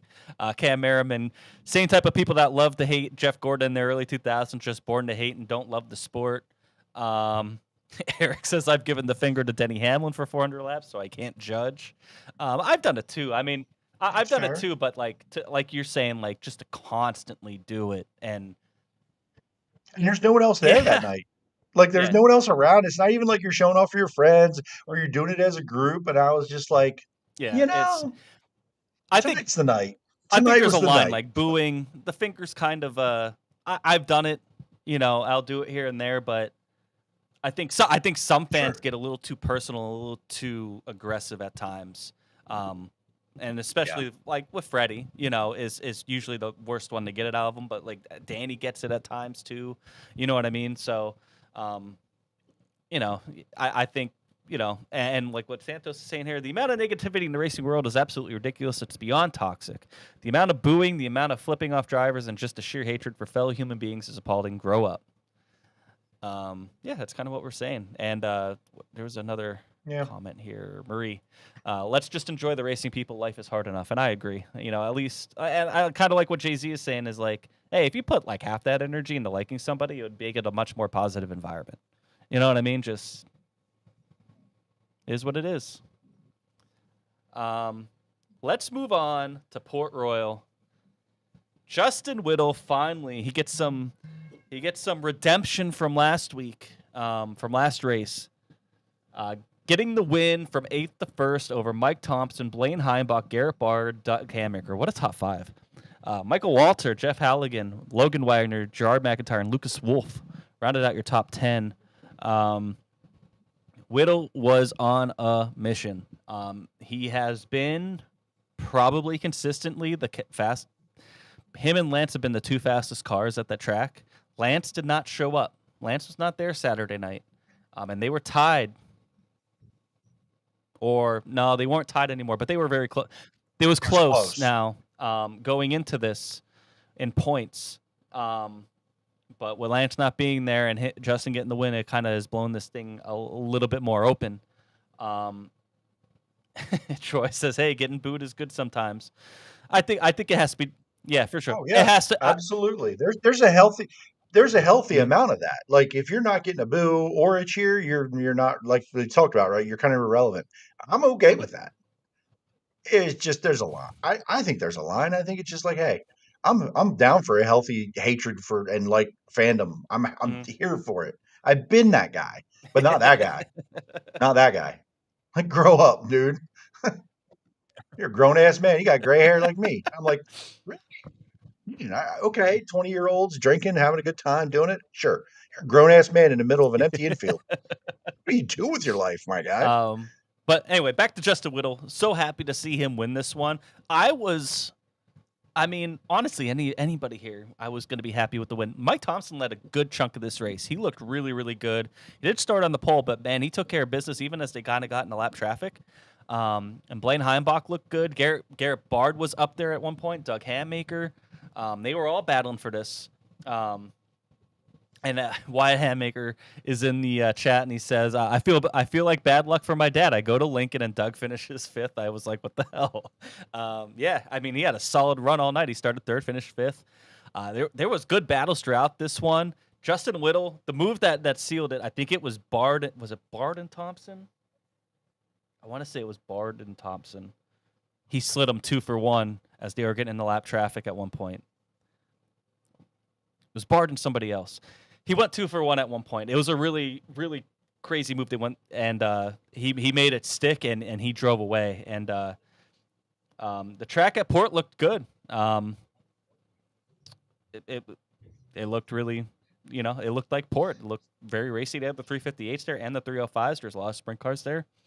It was a good show for everybody. But I'm happy for Justin Whittle. We took his dog up on the wing there. It was pretty cool. He was jacked up, and I'm sure he's very relieved. And this could be something where it kind of lifts the lid off for him a little bit. He's been very fast. He's been competing for wins. He's had something or another go wrong. Maybe I could see him racking off a couple more. He better. He needed him to hit the over, and he's got a lot of work to do.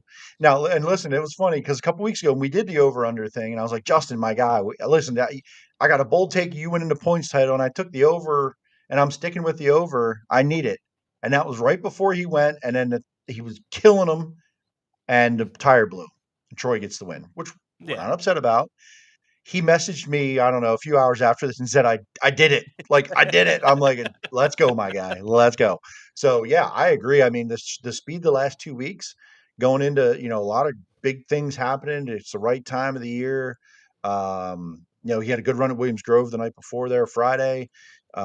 Big weekends coming up ahead here. So, yeah, it was good for him. It was awesome. Gerard for him, for McIntyre sure. went 10 spots plus, 19th to 9th. Good run for him. Ricky Peterson with the start there, finishes 13th. Logan Rumsey, 410 debut at Port Royal. See that they've made some moves with motors. Sold a 358 motor, got another 410, made a start here. He went from 21st to 15th in his first ever start at Port Royal. Pretty impressive. I'm sure he's a guy that when as he gets more laps somewhere, he's gonna get better and better. But go pretty much diving head first. It sounds like in the 410s for the rest of the season. Listen, and I'll say this: he gets a good pill draw Wednesday at BAPS. Looking at a feature starter, he'll be one of the 24 in the field. Yeah. Very easily. He time trials well. He races well. There's enough speed there. Now, I don't know if he goes out late, right? And he's a guy ready to go out late and make that maybe, time trial great, but good pill draw. You absolutely can see Logan Rumsey in that starting field on Wednesday. But yeah, good to see him at 410 racing. AJ Flick made the trip out, finishes 21st. Dominic Malaire, I can't remember what happened to him. Damn it! But he was up there running really well. He started second, and finishes 20th here. But he was looking like a contender for a chunk of this race as well. 358 feature. Do want to go over that because it was a good one. First time 358s have been back at Port Royal in 5 years, I think it is, and Aiden Hare gets the win over Derek Locke. Derek Locke led most of this race, but Aiden, there was a late race caution. I think it was a 2 or 3 lap shootout, and Aiden got him right out of turn 4. Really, really good run for him. Really impressive. Looked really fast. Ripped them right around the outside. Track was, they weren't, obviously up on the fence, but they ran all over the track, and it looked like a very racy surface for them. Well, I wasn't sure how the 358s were going to race there.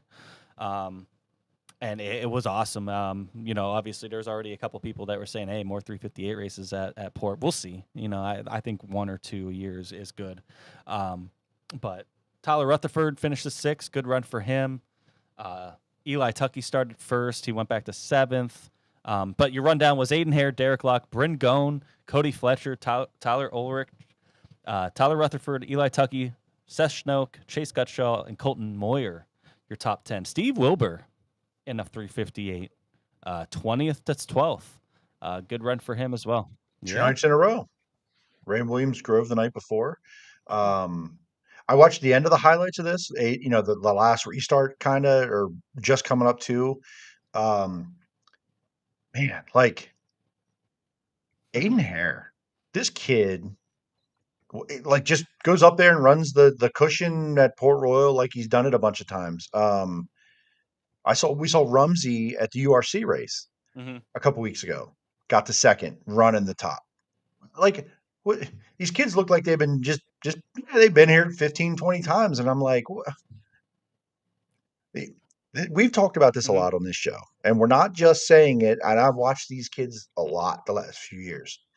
Jaden Wolf, Aiden Hare, Logan Rumsey, Tyler Ulrich. I think Tyler Rutherford has a chance. He needs to get more seat time. Eli Tuckey, Nat Tuckey's son. He gets better every time. We've talked about him. Cam Merriman, who was in the chat tonight, they tore up a car. There's a lot of younger, call them less experienced, but man, it's healthy, right? And hopefully there's, the funding and opportunity. Seth Schnoke's another one. The funding and opportunities. Chase Gutshaw. I hope there's future for these guys because there's a lot of talent here. Aiden Hare made that look like he'd been doing it for a while, and we know Derek Locke has. URC, 410, ran a whole season 410 there. Not taking away. It sucks for Derek because he struggled the last couple of years from his dominance that he's had. So yeah, I would have been okay if Derek won this race, but I mean, Aiden Hare made that look like he'd been doing it for a long time. So good for them. Good for him for sure. And there's just a lot of good young talent around, and we're extremely lucky to be able to see and watch this kind of stuff. And I'm glad they put on a show for Yeah. the fans. Samuel Greenewald says Port and Lincoln ought to work together where Lincoln doesn't have a 358 night. Port would take the class for the weekend or a few. No, that's what this one was. It was cool to see the winged sportsman at Lincoln. I think that's good for that division and you know what I mean? Fun. And then, 358's making a return to Port Royal. I think if you're going to do this another night, I would love to see late models at Lincoln. I think they always seem to get the shit end of the stick when the late models are supposed to be there, like for Speed Week or any other time they're scheduled there. I think they could be fun at Lincoln, maybe one night where they swap. But, obviously, their schedule is what their schedule is. But it is cool to see 358s get to Port Royal. It was cool. Dirt in my beer, 358s are loaded with young guns. I agree. I wish we would have went to Port. I went to support when the talks came about. Upset we couldn't be there. But I think Spence was running Hyper Speed Week. So, but yeah, limited or supers, more late models. Yeah, I think that would be really fun at Lincoln for sure. I like watching late models at Lincoln. They don't do it enough. I enjoy it. I think they're good there. I think they really can, really toss those cars around. It's wide enough most of the time. The heats can be a little narrow maybe, but like I wish they did have them more often. I To be think it would be honest. good for both divisions. I think just a little, a little bit here and there. A little more exposure.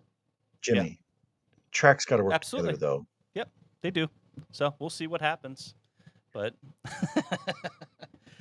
taking a look at Port Royal points, Justin Whittle now has a 120-point lead over Logan Wagner. Logan Wagner had a decent night, but now with Lance and Brock Zierfoss being at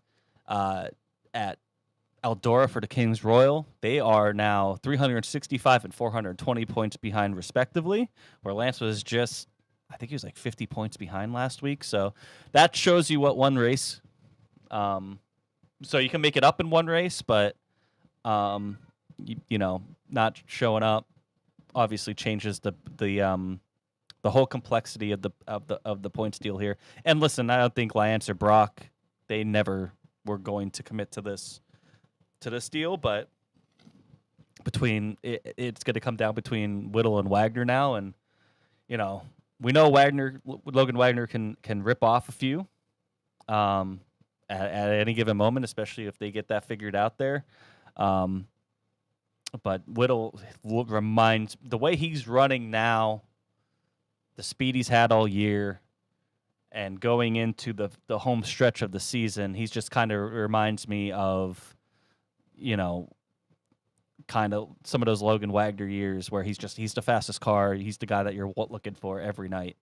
I think that's kind of where Whittle's at right now with Port Royal. So it's going to be interesting.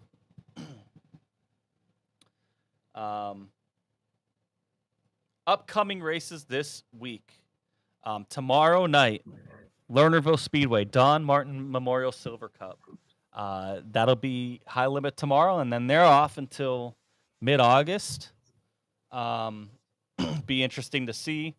Looking at the points, just with some of the injured drivers, it's obviously going to change a lot. But Brad Sweet has a 12-point lead on Tyler Courtney. Now Tyler Courtney's obviously going to fall out of it, and then he had a 23-point lead over Aaron Reitzel, and then Rico Abreu was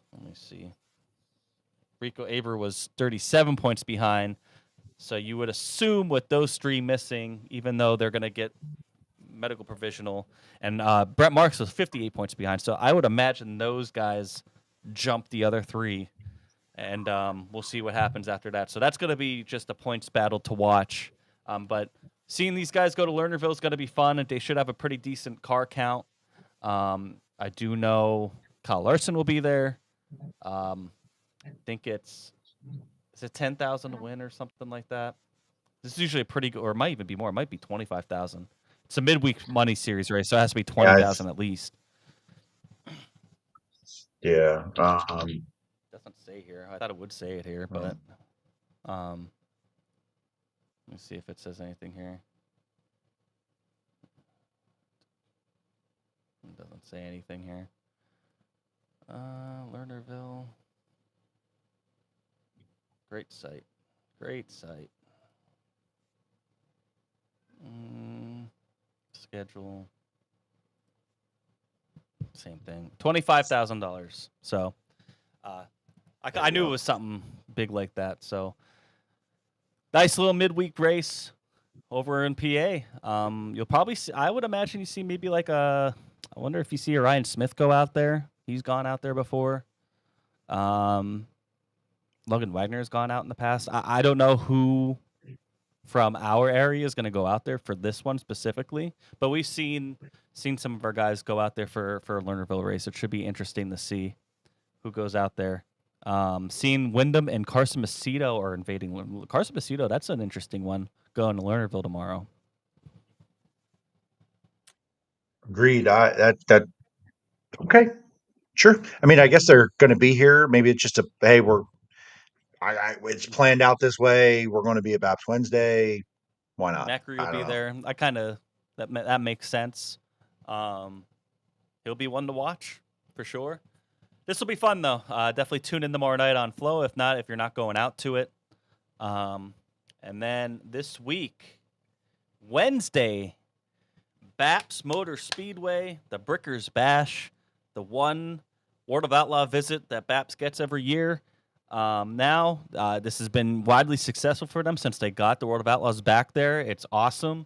How many cars do you think they'll get for this one? You should get about 50. I mean, they get 50 on a Sunday of a local race.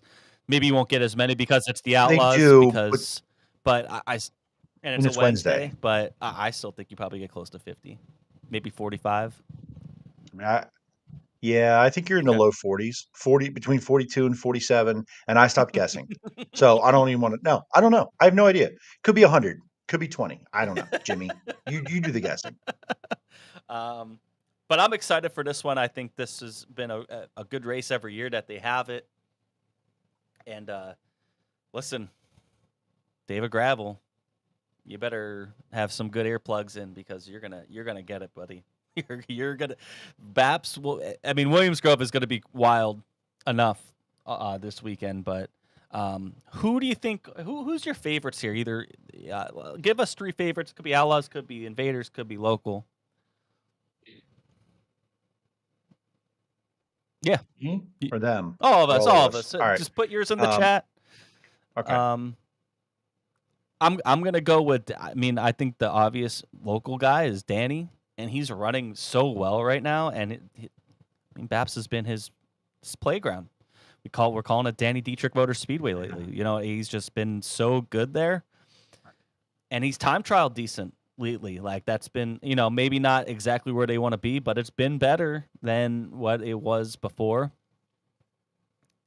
And man, I mean, yeah, this one, I wish there was more mystery of like, man, it seems wide open. This is Gravel and Danny. I hope I just say, hey, listen, no offense. Listen, when I say this, I'm jokingly saying this. Get rid of the other ones. Just have them run 25 laps heads up. Just let them two just slide each other. Now I hope Danny doesn't slide him too hard because he's gonna cry about it. But I mean, it's the Gravel and Danny show. I feel like here, and we've seen Gravel win this race. We've seen Danny dominate this place. But if I go any further than that, do we put Ashton Torgerson in this conversation? Maybe. I mean, he's ran well, but that win. Remember? Yeah. But I'm just saying, like, I probably put like 8 guys ahead of him at that point. I do too, but Buddy, because he's been good everywhere. So there's that. Then I'm as I go down the list of our guys, it's Macri again, right? Troy. Troy's been timing so good, right? Not to time good. So get that figured out. Chase, right? I guess you can't. You can't argue it. That would be a nice way to shake off a pretty rough Kings Royal week for them. Just come back, get back to somewhere they're comfortable. They've been fast. They've been very good, and go out and have a good run against the Outlaws. I could definitely see Chase Dietz doing that. And a sneaky one from the Outlaws is Bill Balow. I was gonna say I think this could be a good track for him. I was gonna say him over guys like Dodie or Sheldon. Sheldon Hodenshield, I think, will be decent. It depends on the track. I think if the track has a curb and it's fast and it's up around the top, Sheldon's going to be a contender. I think Donnie always is a threat there. Um, but I mean, yeah, I think that's the crew. I mean, I guess the 41, right? If he's showing up, 41, he's going to yeah. be fast. He's going to have some Brent speed. Marks, is But Brent and um, Rico running? I know Brent's running the weekend. I don't know if he's running Wednesday. I don't know. I guess I could find out. I didn't really look because he obviously is running Tuesday Mhm. at Lernerville. Do they take Wednesday off then to get ready for the weekend? They I could. mean, they could. Yeah. They don't have But to if they run run Wednesday. Wednesday, I put Brent in Um, there and Rico. Sure. Yeah. I mean, it Yeah, becomes the who's exactly. who, right? Yeah, I mean, you could just start listing off guys, but I'm with you. Gravel, Danny are the top two, and then it's kind of a step down to everybody else. But again, it depends on the way the track is setting up. But I think this is the best shot Danny has had to win an outlaw race around here in a little bit. You know what I mean? Not that he hasn't been competitive against the Outlaws before. You know, I'm not saying that. I'm just saying, like, right now, the way that team is performing, they've been really impressive, and how good he's been at BAPS lately. This is setting up for a big PA Posse win, I think. But we'll see. Gravel's going to be out there. Brandon's putting his paycheck that a PA guy is going to win this thing. Hey, I mean, McFadden perhaps coming to defend his last year win. I mean, I don't know if they're coming out this way. Are they coming out this way in that 21 car? If he does, Or is he'll he be competitive. is he in an 8? Is he in an 8? Is he in like an 18 or I a guess we 15 got to watch or who's in that something? 18. that'll be one of the things. But yeah, I'm excited for this one. I think everybody is. Outlaws at BAPS, always a good show. BAPS puts on a great event. Also, Tuesday night, if you're not going to Lernerville, McGrew which is the micro track in the back of BAPS, they're running micros, running 600 micros on Tuesday night, and it's free. So if you're coming out just for that race, maybe you're camping out there, go watch some micros on Tuesday night, and then you got Outlaws on Wednesday night. I think that's a really cool deal that they're doing, kind of making it like, hey, if you come enjoy the weekend, you know, the weekend in the middle of the week, kind of with us. You know what I mean? I think that's awesome. Tanner Holmes 2 hours ago posted on Facebook that is Western PA still posse country in the picture in a motorhome. Well, I mean, Tanner Holmes is running Lernerville. yeah. It's not posse country though. I'm sorry. We had this conversation a little bit last It night. is not. That side of the mountains No, is not posse that's country. basically So Ohio. no, Tanner. I'm going to answer no on that. So if you go to Tanner Holmes Facebook I tell them it's not and posse country. you can answer that. Tell them to come a little bit more east. Speaking of coming east, Williams Grove, Friday, Saturday, Summer Nationals. Listen, before we even get into what this race is about, it's gonna be freaking hot. So if you are going, you're going to camp this weekend, and keep yourselves hydrated, keep yourself safe. It's gonna be hot. Like it's gonna be. I think the high is gonna be near 100 degrees on Friday. So it always seems like the Summer Nationals is freaking ridiculously hot. But just throwing that out there. Anybody that's going to camp or anybody's going to the races, make sure you take care of yourselves. Keep yourselves hydrated, not just with beer. Keep yourselves safe. But Friday, Saturday, Summer Nationals, as the posse as the Outlaws come in to take on the posse. 25 laps on Friday, 30 laps on Saturday. I think Saturday's 25,000 to win. Why don't they have it here? 12,000 to win on Friday. There's 12. This is Friday. I think it's 12,000 to win on Friday and 25 on Saturday. That's usually what it is. Let me see. Just double check. But anyway, regardless of what it's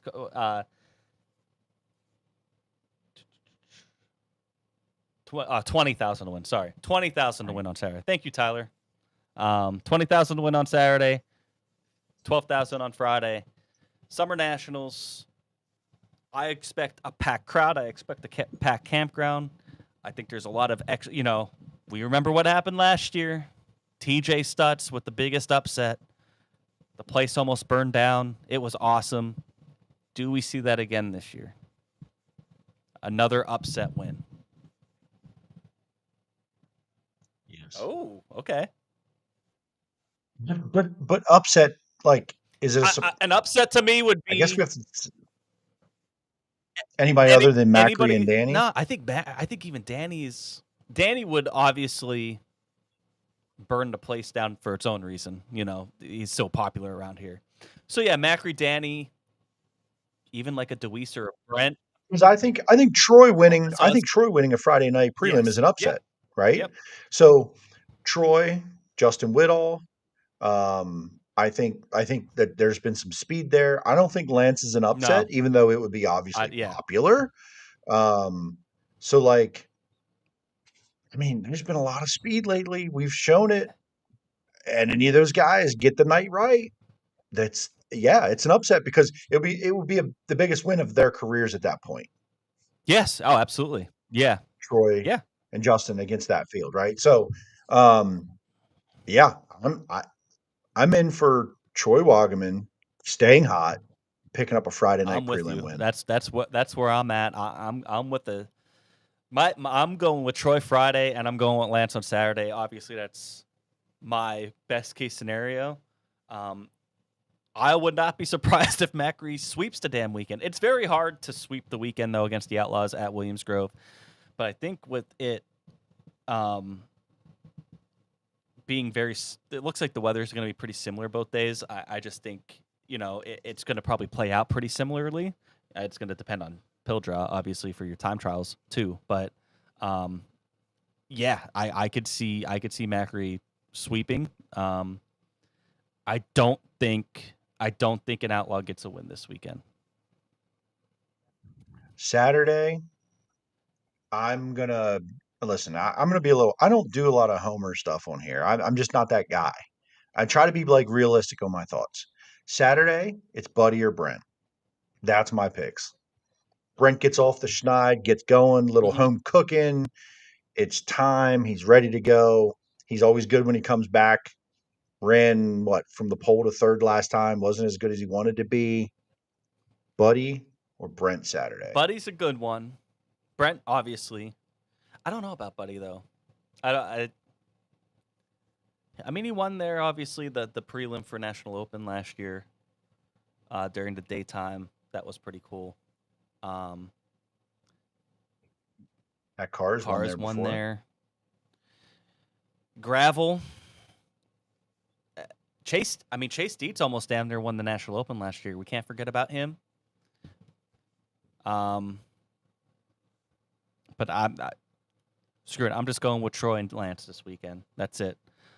Screw the Outlaws. Hey, I'm not telling you should change your mind. I'm not taking chalk. I'm like Friday. We're kind of going on a limb both nights on that one. We could easily go Macedo, Gravel, right? Shots. Like there's all those things. Ryan Smith in the 69K is definitely somebody to watch. I thought someone just said is Pittman in this weekend? I would imagine so. Ryan Smith in the 6. Okay, all right. Is Pittman in it this weekend? I don't know. I don't know if it is or not. I don't know what. I would imagine they would because they've been doing that for a National Open because he's going to run the National. Go for Summer National. So, yeah. People also forget about Donnie Schott's success at Williams Grove. No, we didn't forget. I just don't think that's going to happen. Sorry. I mean, is he in the car? Or is he driving this weekend?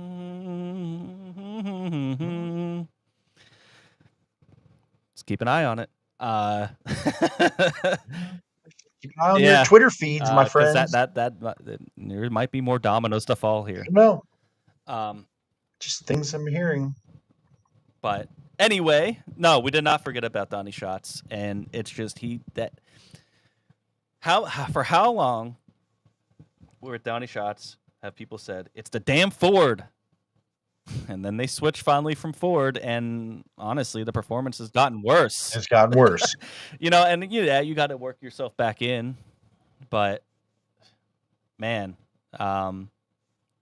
things aren't going great over there, I don't think. Not by Donnie's standards, at least. But he has been good at Williams Grove in the past. You never know. Carson Macedo is good at the Grove.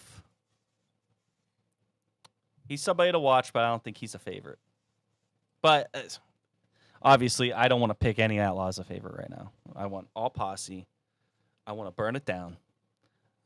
I want to see our boys on top all week. So that's where I'm at. And then Sunday, Selinsgrove, $10,000 to win, $10,099 to win. 410 sprint cars plus the wingless sportsman on Sunday. Hopefully they get a good turnout. Hopefully we have good weather. It looks pretty good most of the week. Maybe some rain on early-ish on Sunday. So we'll see how that goes. Selinsgrove has gotten beaten up like every track with rain this year, but especially for their 410 shows. So I'm hoping that they get a good turnout for this. It's going to be tough after such a long week of racing, but $10,000, over $10,000 to win should bring out a good car count. This should be fun to watch. I'm excited to see the 410s back at Selinsgrove for sure. Hard to go against Danny Dietrich or Chase Dietz in this one. I don't know who else is going to show up, but those would probably be my two favorites regardless of who shows up. Brent Marks, maybe. Austin Bishop. It's Austin Bishop's weekend, baby. He's a Selinsgrove winner. He's been running a little better lately. They got some things working. It's an Austin Bishop Sunday. I can see that. That would be a good get right for them. Should see some Outlaws at Selinsgrove. No, you won't see any Outlaws at Selinsgrove, I don't think.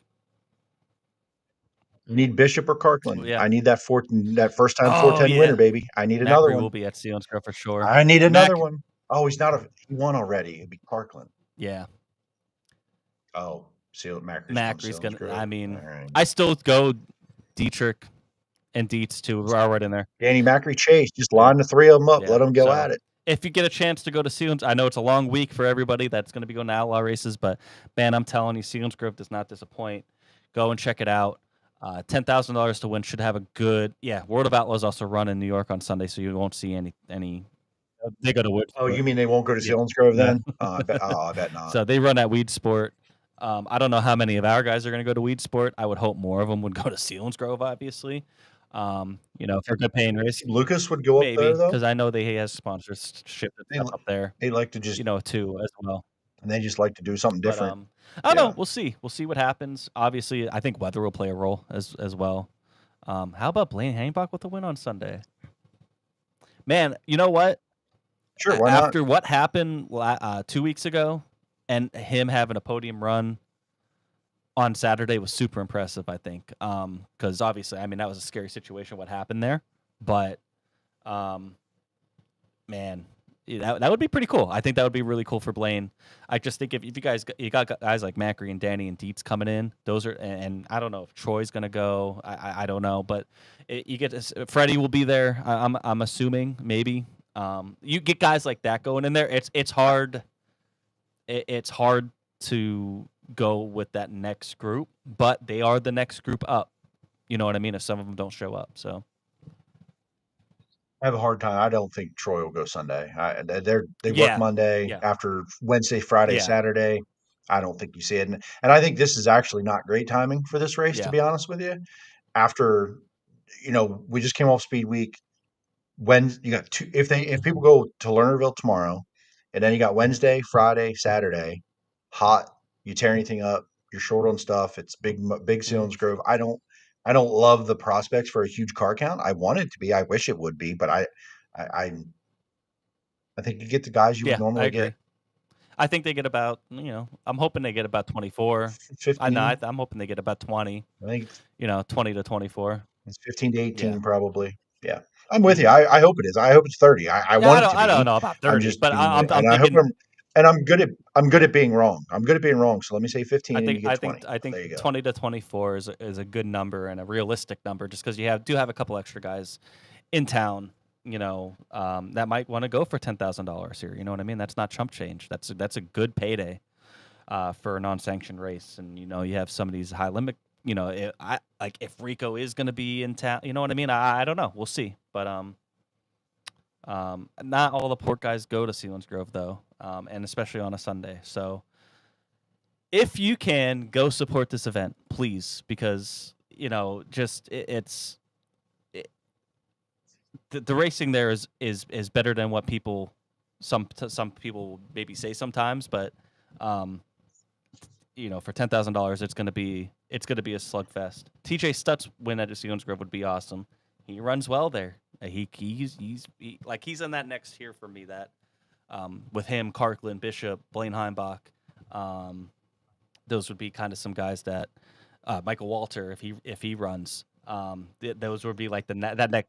By the way, he's had a good Michael Walter Yes, had a he good did. weekend. He went to Lernerville, ran second. Had a good trip out there. He was sixth at Port, right? I want to say or something. So good weekend for him. Yeah. So either way, somebody said Matthew Crone says almost like another PA Speedway. Yeah, I mean, you got four races this week and big competition in town. So it's going to be awesome. I think some of our posse guys are really hitting their stride right now as they come into this. Hopefully they hold true. Hopefully we're not jinxing them or anything, but I think it's going to be a great week of racing. Weather looks pretty good overall. It's summer. You got to dodge maybe thunderstorms. Man, it's going to be really hot Friday and Saturday. So seriously, please make sure that you stay safe on Friday and Saturday at Williams Grove. Get extra beer. Yeah. Get extra beer to stay cool. Jimmy, earlier in the show, we had a few people asking about the cone. Will the cone make an appearance this weekend at Williams Grove? Maybe I'll bring it, but I doubt it. I mean, Friday night, people are going to want to partake in the cone festivities if posse wins. Maybe I'll bring it. I'll bring a new cone. I think I have another cone because that one's all still signed. It's dirty, I'll get a cone. I'll get a cone and I'll bring it. Cone will be there. Cone will be there. It is 2025 cone. 2025 cone. If you don't know what the cone is, you got to drink beer out of it, and then you got to sign it. That's the deal. And if you want to do that, DM us, find us, figure it out. We'll partake out of the cone. I don't know if I'm going to be there Friday, so I might partake Saturday. So we'll go from there. But that's to figure out later in the week. But either way, are you going to go to BAPS Wednesday, or is that too far? Too much for the middle of the week for me. But I will be there. I'm going to probably go set up camp at Williams Grove Thursday night, come back, go to work Friday, and then after work go back to Williams Grove. That's my plan, and I'll be camped there all weekend. That's I haven't camped since before my surgery, so it should be interesting. So, but well, I heard that Chaz is live, so let's wrap. Let's wrap up here. We'll get out of here and let him talk about all the bullshit drama. If you guys were coming here to listen to about the Muppet stuff, go on over to Chaz's stream. I'm sure they're going to talk all about it. But before we go, about an hour in, because he'll build it up for an hour, talk about some random bullshit like the Earth is flat, crazy shit, and then it should be interesting though. Go check it out if you're really interested in what's going on there. I just think it's an unfortunate situation all around, but it is what it is. Drink it, dump it. I'm gonna drink it to Justin Whittle getting redemption at Port Royal. Congratulations. And then I'm gonna dump it to Chase Dietz. Tough Eldora week. He looked fast at times, but just didn't have really good luck. Tore some stuff up. And then, when he wasn't tearing stuff up, it just didn't seem like they had it all together. It was tough. It was a tough field. So hate to see it, but I'm thinking some home cooking for them coming back to BAPS and Williams Grove and Selinsgrove this week. They could get right back on track. I'll drink it to Barry Plank and his race team. I know, I don't know, but they've committed to having a 410 at Lincoln Speedway and different places for a lot of years now, and a lot of struggles and people in and out of it. And to see the joy they had in Victory Lane was really cool. So Barry Plank and that whole team, that was pretty cool for sure. And dump it. Listen, the dump it could be Mandy's probably going to put a dump it in here about 1,000 characters long because there's a lot of candidates.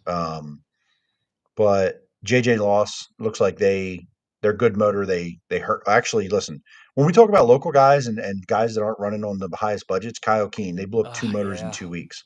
Mm. They're hurt, right? JJ Yeah. Loss, they're selling the Mopar to hopefully get a rebuild for their good motor. They're down and out for a little bit. So, there's a lot of these guys that are not these huge high funded teams that are down on equipment, and it's really no fault of their own. That Keen motor, they had 1.5 nights on it since the rebuild and it blew up. So, just that kind of stuff kind of sucks. I like the one for Alex Attard, right? Just a freak failure in the steering system and a really hard hit. So they'll be mine. They'll short and sweet this week, and there's a million of them for dump this week. Good God, we could be here for an hour just talking about that. So we know the obvious We ones. left the obvious But ones yeah, for you that'll be it. guys.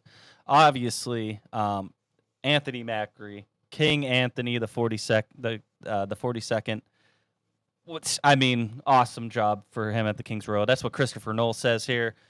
Drink it to Anthony Macri for the Kings Royal win and great posse performance all around. Randy Kopp. Drink it. TJ Stutz, Troy Wagaman, and Anthony Macri dump it to JJ Loss being motorless. He might sit out the rest of the season, like you were just saying. I know Randy was in the comments before pleading to some fans like, hey, if you can do anything to help these guys out, do it. You know what I mean? It sucks. Racing's tough. It's expensive. Anything we could do as fans to keep our favorite drivers out there within means, Tyler Koenig, drink it to Justin on a dominating win at Port. Dump it to Ashley and Frankie having bad nights in the 358 Port. Frankie I believe he went out of the park in a pretty wild wreck. I heard that. There's some pretty nasty wrecks. Yeah. It sounded like up there. So it looked like 3 cars got together and he went over in the turns 3 and 4 wall in between there. I believe everybody was all right, but that was a pretty bad wreck. Brendan Zirk, drink it to Justin Whittle for his first win of 2025. Dump it to all the tore-up race cars at Eldora. Racers deserve better surfaces. Couldn't say it any better myself, Brandon. Dirt in my beer. Drink it for TJ Stutz, winning in the Plank 11 car, and dump it to Alex Attard. Christopher Knowles' dump it is a late model driver for driving into oncoming traffic while the green flag was out. You thought what was bad at Port Royal? You thought what happened at Port Royal that got that guy banned for over a year at pretty much all the Central PA tracks was bad. This guy battling for the lead, I think in a heat race, kind of got turned into the infield. It stayed green, and he turned around and went right into oncoming traffic during green flag action. I think at Farmer City Raceway. They did give him a penalty. It's only 6 months. A 6-month ban. Or it might be 6 months probation. It was only 6 months. I mean, for me, that he should be done for a while. That's ridiculous. Yeah, that was a crazy one. Austin Griffey. Drink it to Macri, Aiden Hare winning at Port, and my 21st this weekend at Summer Nationals. Dump it to all those who got hurt over the weekend, praying for everyone to get well soon. I'm praying for you, yes. Austin. He had a little bit of a dust up not too long ago, but he's going to be celebrating hard this weekend. At Summer Nationals. Happy 21st birthday, my friend.